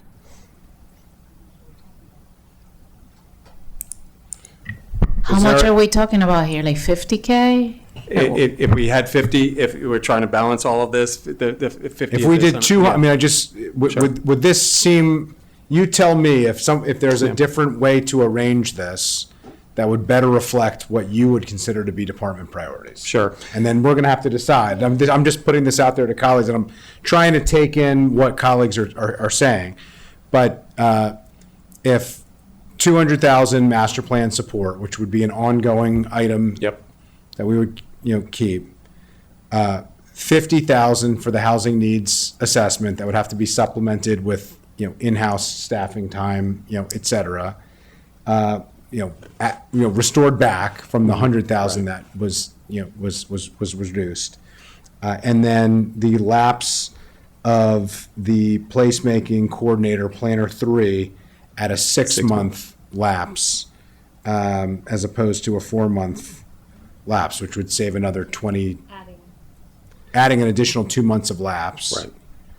If you add another 2 months of lapse, that should add $22,326 of savings by my back of the napkin, I think, exact math.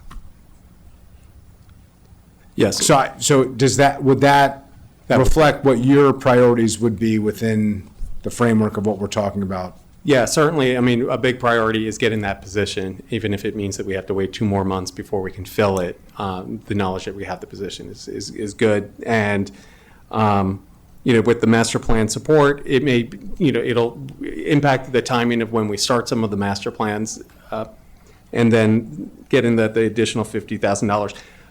And I just want to understand, is it the committee's recommendation that these be included, or that certain parts, all of these additions are put on a reconciliation list? Well, these would all have to be on Be the on the reconciliation list. reconciliation. They're Okay, new, all right. they're new program Okay. enhancements, et cetera. So Okay. Yep. Oh, I'm confident they will. So, yeah, and I just think, yeah, and that is a consideration, right? Like Yeah. when you have 3 items, Right.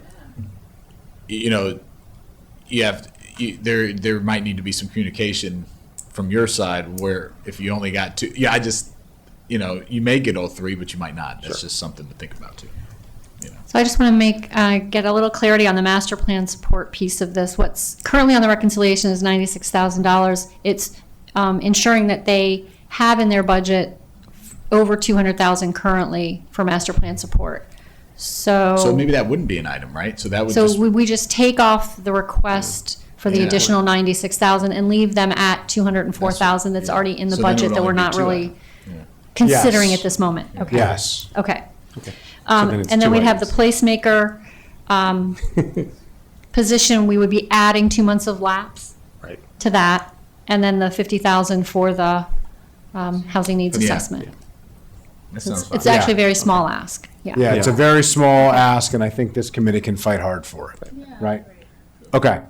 That sound good to you? Yes, thank So you. we have 2 items on the reconciliation list, because one would be under the county executive's recommended budget, the 6-month lapse position, and the 50,000 for the housing needs assessment. Okay? All right. Thank you, colleagues. Thank you for working with us, and this is an iterative process always, but I think we landed in a good place on that. Okay. I think we have clarity on that and no letter required on this one, which we're thankful for. Okay. All right, we are moving forward. We're on page 20 of the staff report. We're now going to cover the central administrative services portion of the commission's budget.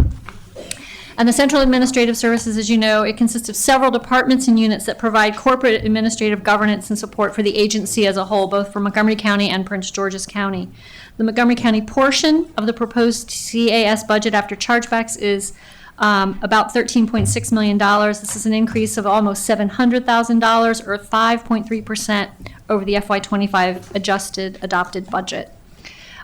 Each year, CAS recalculates the allocation of costs between the two counties based on cost drivers and labor distribution. For FY26, the allocation of costs is such that approximately 45.6% is to Montgomery County and 54.4% is distributed to Prince George's County. The total Montgomery County portion of CAS work years is proposed to be 73.65 work years, which is an increase of 2.4 work years from FY25. There's a table in the middle of page 21 that shows you by division how the CAS budget is broken down for the Montgomery County portion between FY25 and 26. Again, the bi-county meeting will occur on May 8th, and the council has to complete its review of other departments and budgets. It's probably not occurred by then. However, it won't be possible to revisit the CAS portion of this MNC PPC budget after May 8th. To meet the C's recommended budget, CAS's portion of the reduction is $388,442, and CAS, similar to every other portion of the commission, has identified savings and reductions, and then also 2 tiers of non-recommended reductions to meet that. The savings and reductions total a little over $42,000. The remaining practically $46,000 has been split into 2 tiers. This is on page 21 and 22 of the staff report. Initially, the council staff, in looking at this, noted that the reductions in delay of hire, that many of the tier 1 proposed reductions were in the form of delayed hiring, and suggested that the committee support taking the tier 1 and tier 2 reductions. However, since that time, I've had a conversation with the chair. It was my misunderstanding.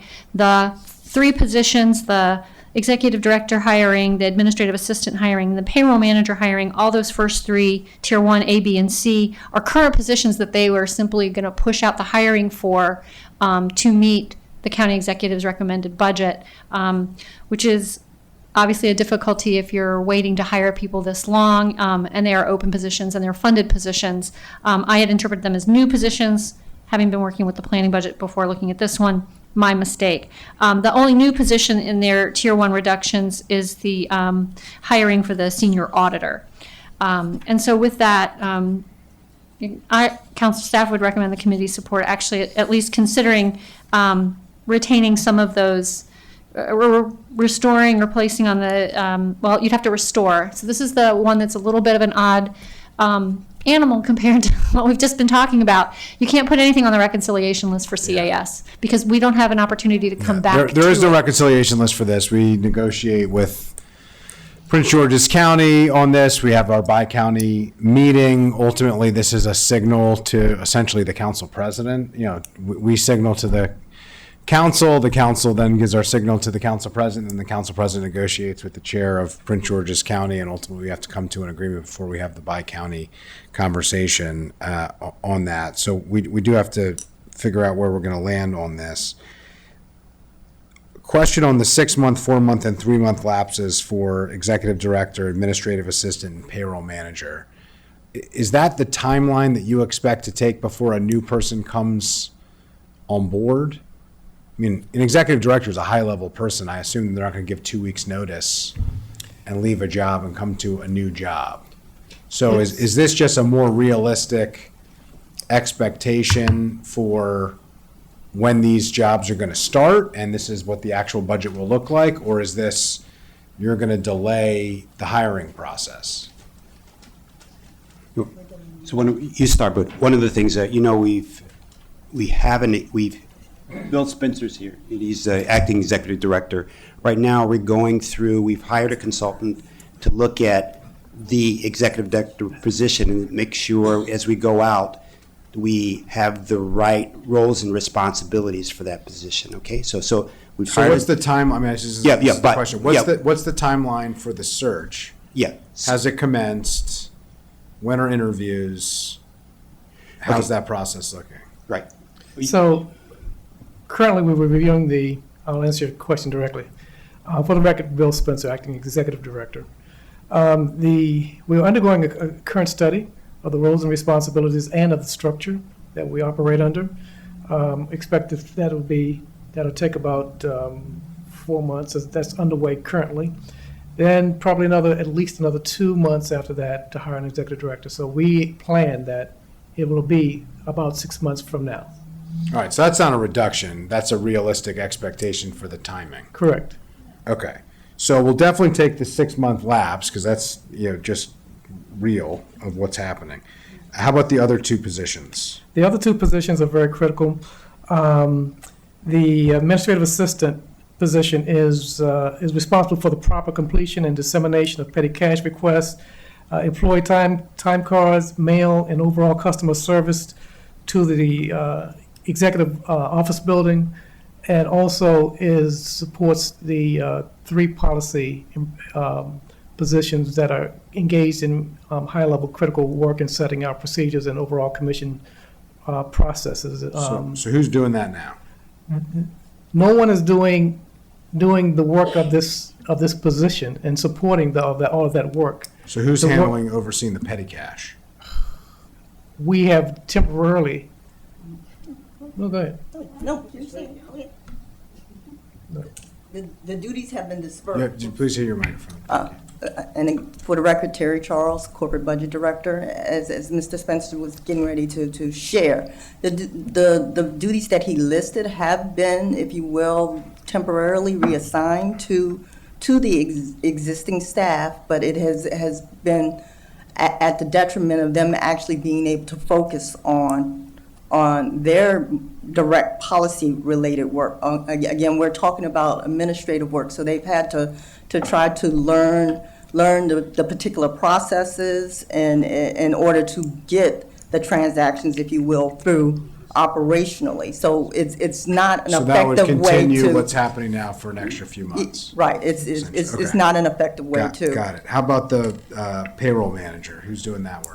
The payroll manager, that position is vacant, and that is, it's a position that's truly needed because of regulatory compliance, basically.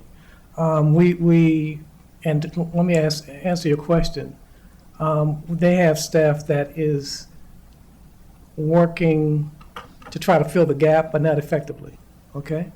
And so they need that position because it is a position that is responsible for regulatory compliance and will be lead on the payroll and system and also in the implementation of the enterprise resource planning system, which is our platform, our backbone of our integrated digital system for budget, for finance, for accounting, for human resources information systems. All that information flows together, and we don't have a position there at the moment. And they are, believe they have posted a position and is seeking a candidate for that. Last year we had over 6,000 W-2s, 130,000 checks written, 121 direct deposits made, but we have no one that is right now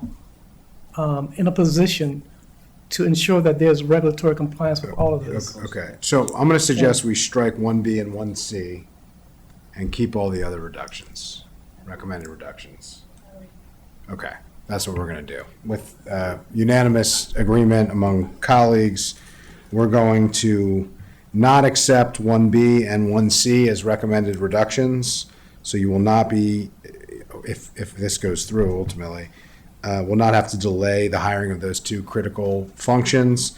The executive director is just the real time that you're doing, and the rest of the cuts that you've recommended as non-recommended cuts we would accept, assuming there's agreement from Prince George's County, and we'll negotiate with them at that time. If I could just one other position.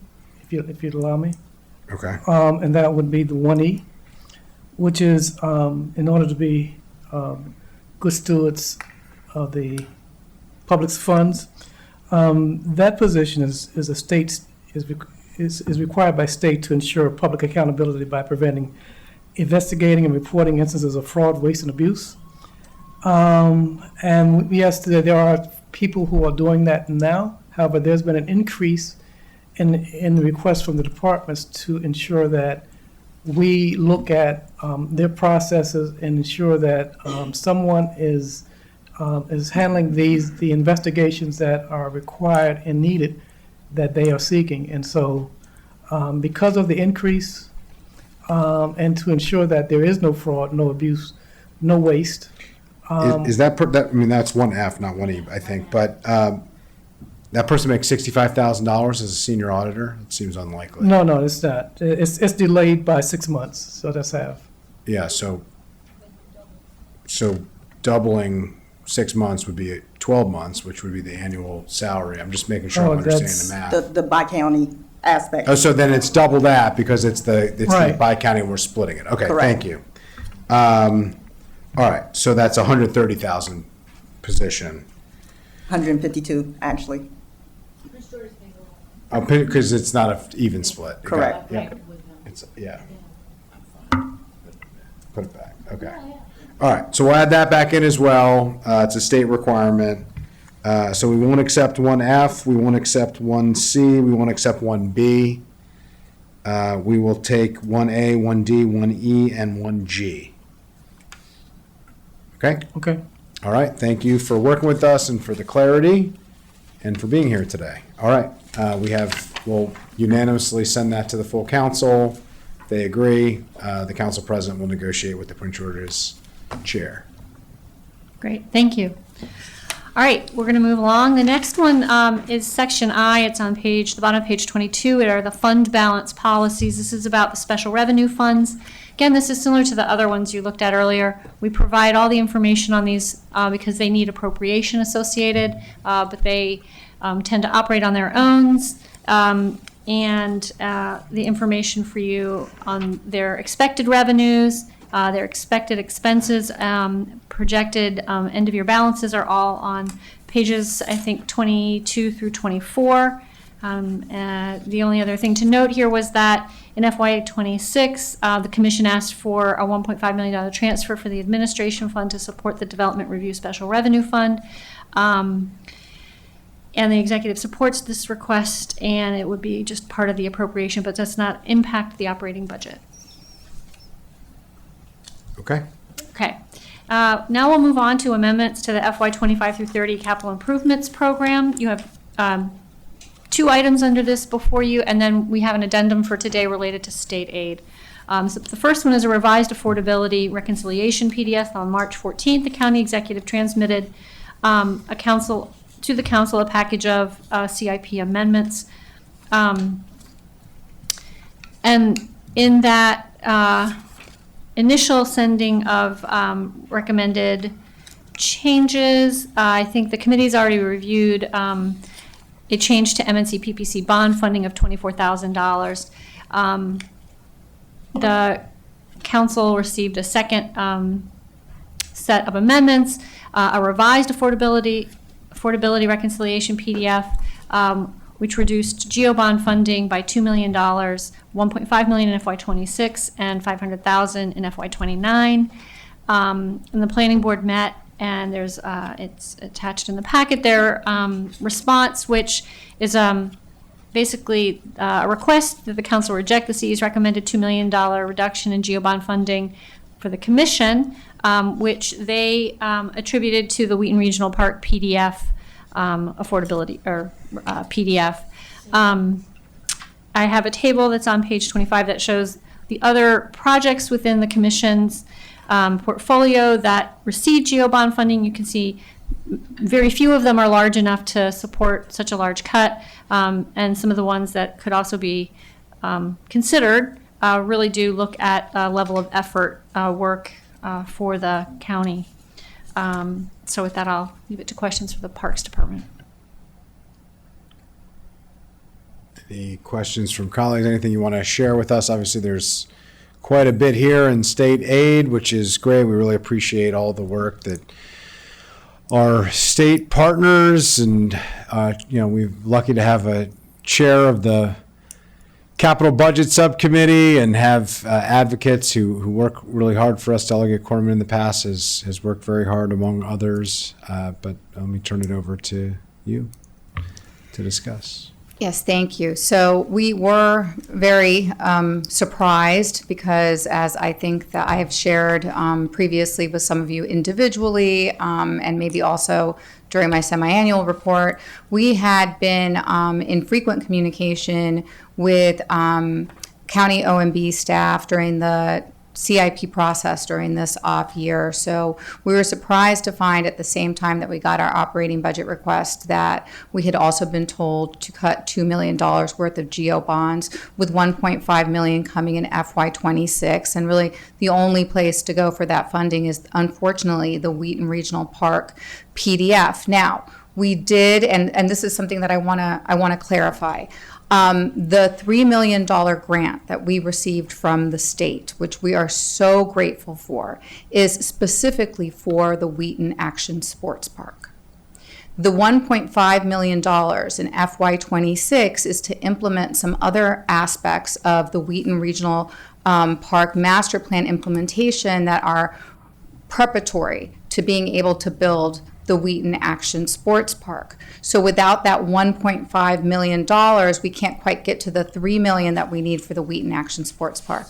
And the other piece that I'd like to clarify is that last year we came to the council with a large and ambitious request for additional GO bonds for Wheaton Regional Park, and the council gave us an additional, I believe, $6 million over the 6-year CIP, which wasn't everything that we had asked for, but it was a significant step towards implementation of that master plan. And now with this $1.5 million cut, it's now a setback. It's taking away what the council had previously agreed to give us for Wheaton Regional Park. So we are, of course, asking for restoration of that cut. In other words, not to have to take that cut, because without that cut, I think the gap for us in terms of building out everything that we have sort of agreed to with the community, that's gotten so much community support after so much public outreach, our gap is still several $1 million. We're not all the way there. We will still need to find additional sources of funding, and we'll probably come back in this next CIP cycle and request more. But obviously what we have to ask in the next CIP cycle is going to be much greater if there's a cut now, and we're going to see a delay in the implementation of the project. And also, just to kind of, Pam alluded to some of the appropriations we're going to ask to make in terms of state grants, which we were so grateful for. We received several bond bills. In addition to this $3 million grant for Wheaton Regional Park, we're also taking a massive reduction in the expected program open space funding that we had planned for from the state. So the state giveth and the state taketh away. It's roughly about different sources of funding, but we're looking at about a wash. We've got $5 million from the state in terms of grants and bond bills, and we're going to lose about $5 million worth of program open space funding. Let me yield to the district council member, Councilmember Fana Gonzalez. I would say I appreciate the comment, but this is not just a Wheaton issue. This is a Montgomery County park. This park attracts people from Virginia, from DC, from other parts of the state. I see people from around the world that come and visit Brookside Gardens, and then they walked on the trails to the park. Okay, so that's number one. Number two, I find outrageous that the county executive is not only he failed to give us a proposal that meets contractual agreements with our unions, he's also taking money away, a reduction from something that we already approved from last year, particularly on this park. So it's not like he's taking away something that we agreed on. That is not okay, and I think it sets a really bad precedent because it may happen today here, it could happen anywhere in the county, and it's not okay. So I'm gonna ask to restore all that. I said it quickly because I know you gotta go. Okay, so we have a request from the district councilman to restore that funding in light of the comments from the department. Councilmember Jawando. Just if there's any, I know in the packet, and you addressed this a little bit, Ms. Figueredo, the state award grant not being an offset for this, that it's combined and additional. Is there any other context that our staff has or that OMB has? Let me start with OMB. Anything to say on this since you're here? Vivian Nicole, OMB. So I would like to remind. Pull it down a little bit. I would like to remind the committee that in March, the county executive had to reduce almost approximately $42 million due to revenue write-down, and several MCG departments were impacted based on the reduction of this revenue. And so we had to look, broader to the fiscal impact, and that was why the reduction, the $2 million reduction was made. Okay, so you're saying in the context of other write-downs Yes. as a part of the 42 million, okay. And Ms. Dunn, so this comes from, so the proposal would be the 1.5 this year, and then where's the other 500 come out of the following Yeah, year? the $500,000 would be in FY '28, I believe. 29, sorry. Okay. This is we're in the CIP right now, right? Obviously. Correct. So it's $2 million in the CIP. Obviously, even though it's an off year, we still got to reconcile everything and make it all work. We just got a briefing this week, I think, from Mr. Levchenko, recently, this week, about where we are with that. It was yesteryear. Yeah, exactly. Okay. So I just want to bring that up because that's always the context in which we find ourselves with the CIP. It's a big puzzle. That being said, I don't want to delay any of these projects, including the Wheaton Regional improvements. But I do want to look at everything in the context of the full CIP. So how would we, if we added it back, this isn't really a Right, there's no reconciliation list for the CIP. Yeah. I think that, and I don't think Mr. Levchenko is here, but I don't know whether it. We would send a signal that we want him A to try signal to that make you this wanna to look- Well, it's not a signal, it's a recommendation from the, just to be clear, it works like any other committee, just to be clear. We recommend restoring this to what the council had previously done, and there is a reconciliation that happens at the end. I will note that unlike the operating budget historically, we have always started as the baseline, the council approved CIP That's where we go from. is the standard. And then there are puts and takes. So the committee, could, and I would agree with the district council member, and it sounds like we may be heading in this direction, to stick with the approved CIP timeline, which would not accept. Now we'd have to reconcile that 2 million, 1.5 and 500,000 in those two fiscal years, but that would have to come out in all the moving parts of the CIP reconciliation that will happen over the next several weeks. So it would be a committee recommendation. Yeah. That we would have to land on that particular item. I agree with that. I'd be curious to know what other, out of that 42 million, what other cuts were made to MCG.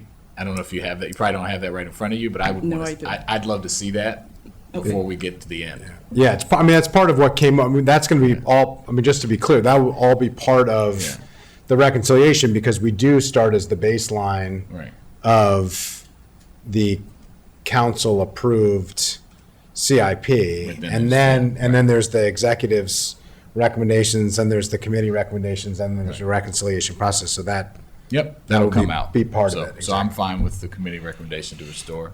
Yeah, but just wanted to talk that through. So thank you. Sounds good. So we have a consensus committee recommendation to restore that back to the original schedule. Great, thank you. The next amendment that was received by the county executive on April 14th was an amendment to the Ballfield Initiatives PDF, and it was a revision to the text of the Ballfields Initiative project, quote, to ensure that the county funds are not used to support artificial turf field installation or improvements due to associated environmental and health concerns, quote. And council staff's position on this was that the committee consider this at a different date. This doesn't have a budgetary number next to it. It is probably a bigger discussion than we should be having in the middle of April during our budget process. It's complicated and long, deserves more information and more time, and impacts many more departments and individuals than just the Parks Department. It impacts MCPS, it impacts the Rec Department, it impacts our users of ball fields, equity issues. So I would suggest, well, that it is a worthwhile conversation, but perhaps one that would be better deferred to a different time. I think that's a good recommendation at this hour and at this time, given all the budget conversations we're having. An important conversation to have, environmental equity considerations, like in many cases, a very complicated and nuanced dynamic that has been an ongoing conversation that we've been having with partners, with the community, with our state partners, and it does have major implications as well, as noted with MCPS and with Department of Recreation. I think we need to have a broader conversation with them at a time when we can really talk through the impacts and the implementation of it. So I think it's a good recommendation. It seems like colleagues are in agreement. Okay. Great, thank you. With that, I will turn to the addendum for today, which is really just a high-level overview of the state aid. We haven't received some of it. I guess we did get it officially late. I was trying to put this together. It came from planning, so thank you for that, from Parks and the board. So the addendum is, again, it has a third section to the J section, which is amendments to the FY 25 through 30 capital improvements program, revisions to this to accept state aid and other revenue. This, again, goes before the council so that these changes can be recognized and the money can be appropriated so it can get spent. You'll see there the amounts that came in either through grants, state aid, or the land sale proceeds from Warner Circle. And then below that, the program open space adjustments. As the Parks Director mentioned, the program open space funding allocation was reduced for FY26, which required them to shift money out of certain PDFs to make room for that decline. And so I will open it up for questions. I don't see any questions from colleagues, so I think it's helpful to have as an addendum. Obviously, we thank our state partners, as I did earlier today in the context of Wheaton and beyond. A lot of support that the parks get from the state, and so we really appreciate it. I think with that, we are done. We are adjourned. Thank you very much to our partners in Park and Planning. Thank you to colleagues. I'm very proud of the fact that we went through a challenging budget and reached all consensus decisions, and I think landed in a very good place, and we'll be prepared to fight very hard for parks and for the commission at the full council. Thank you.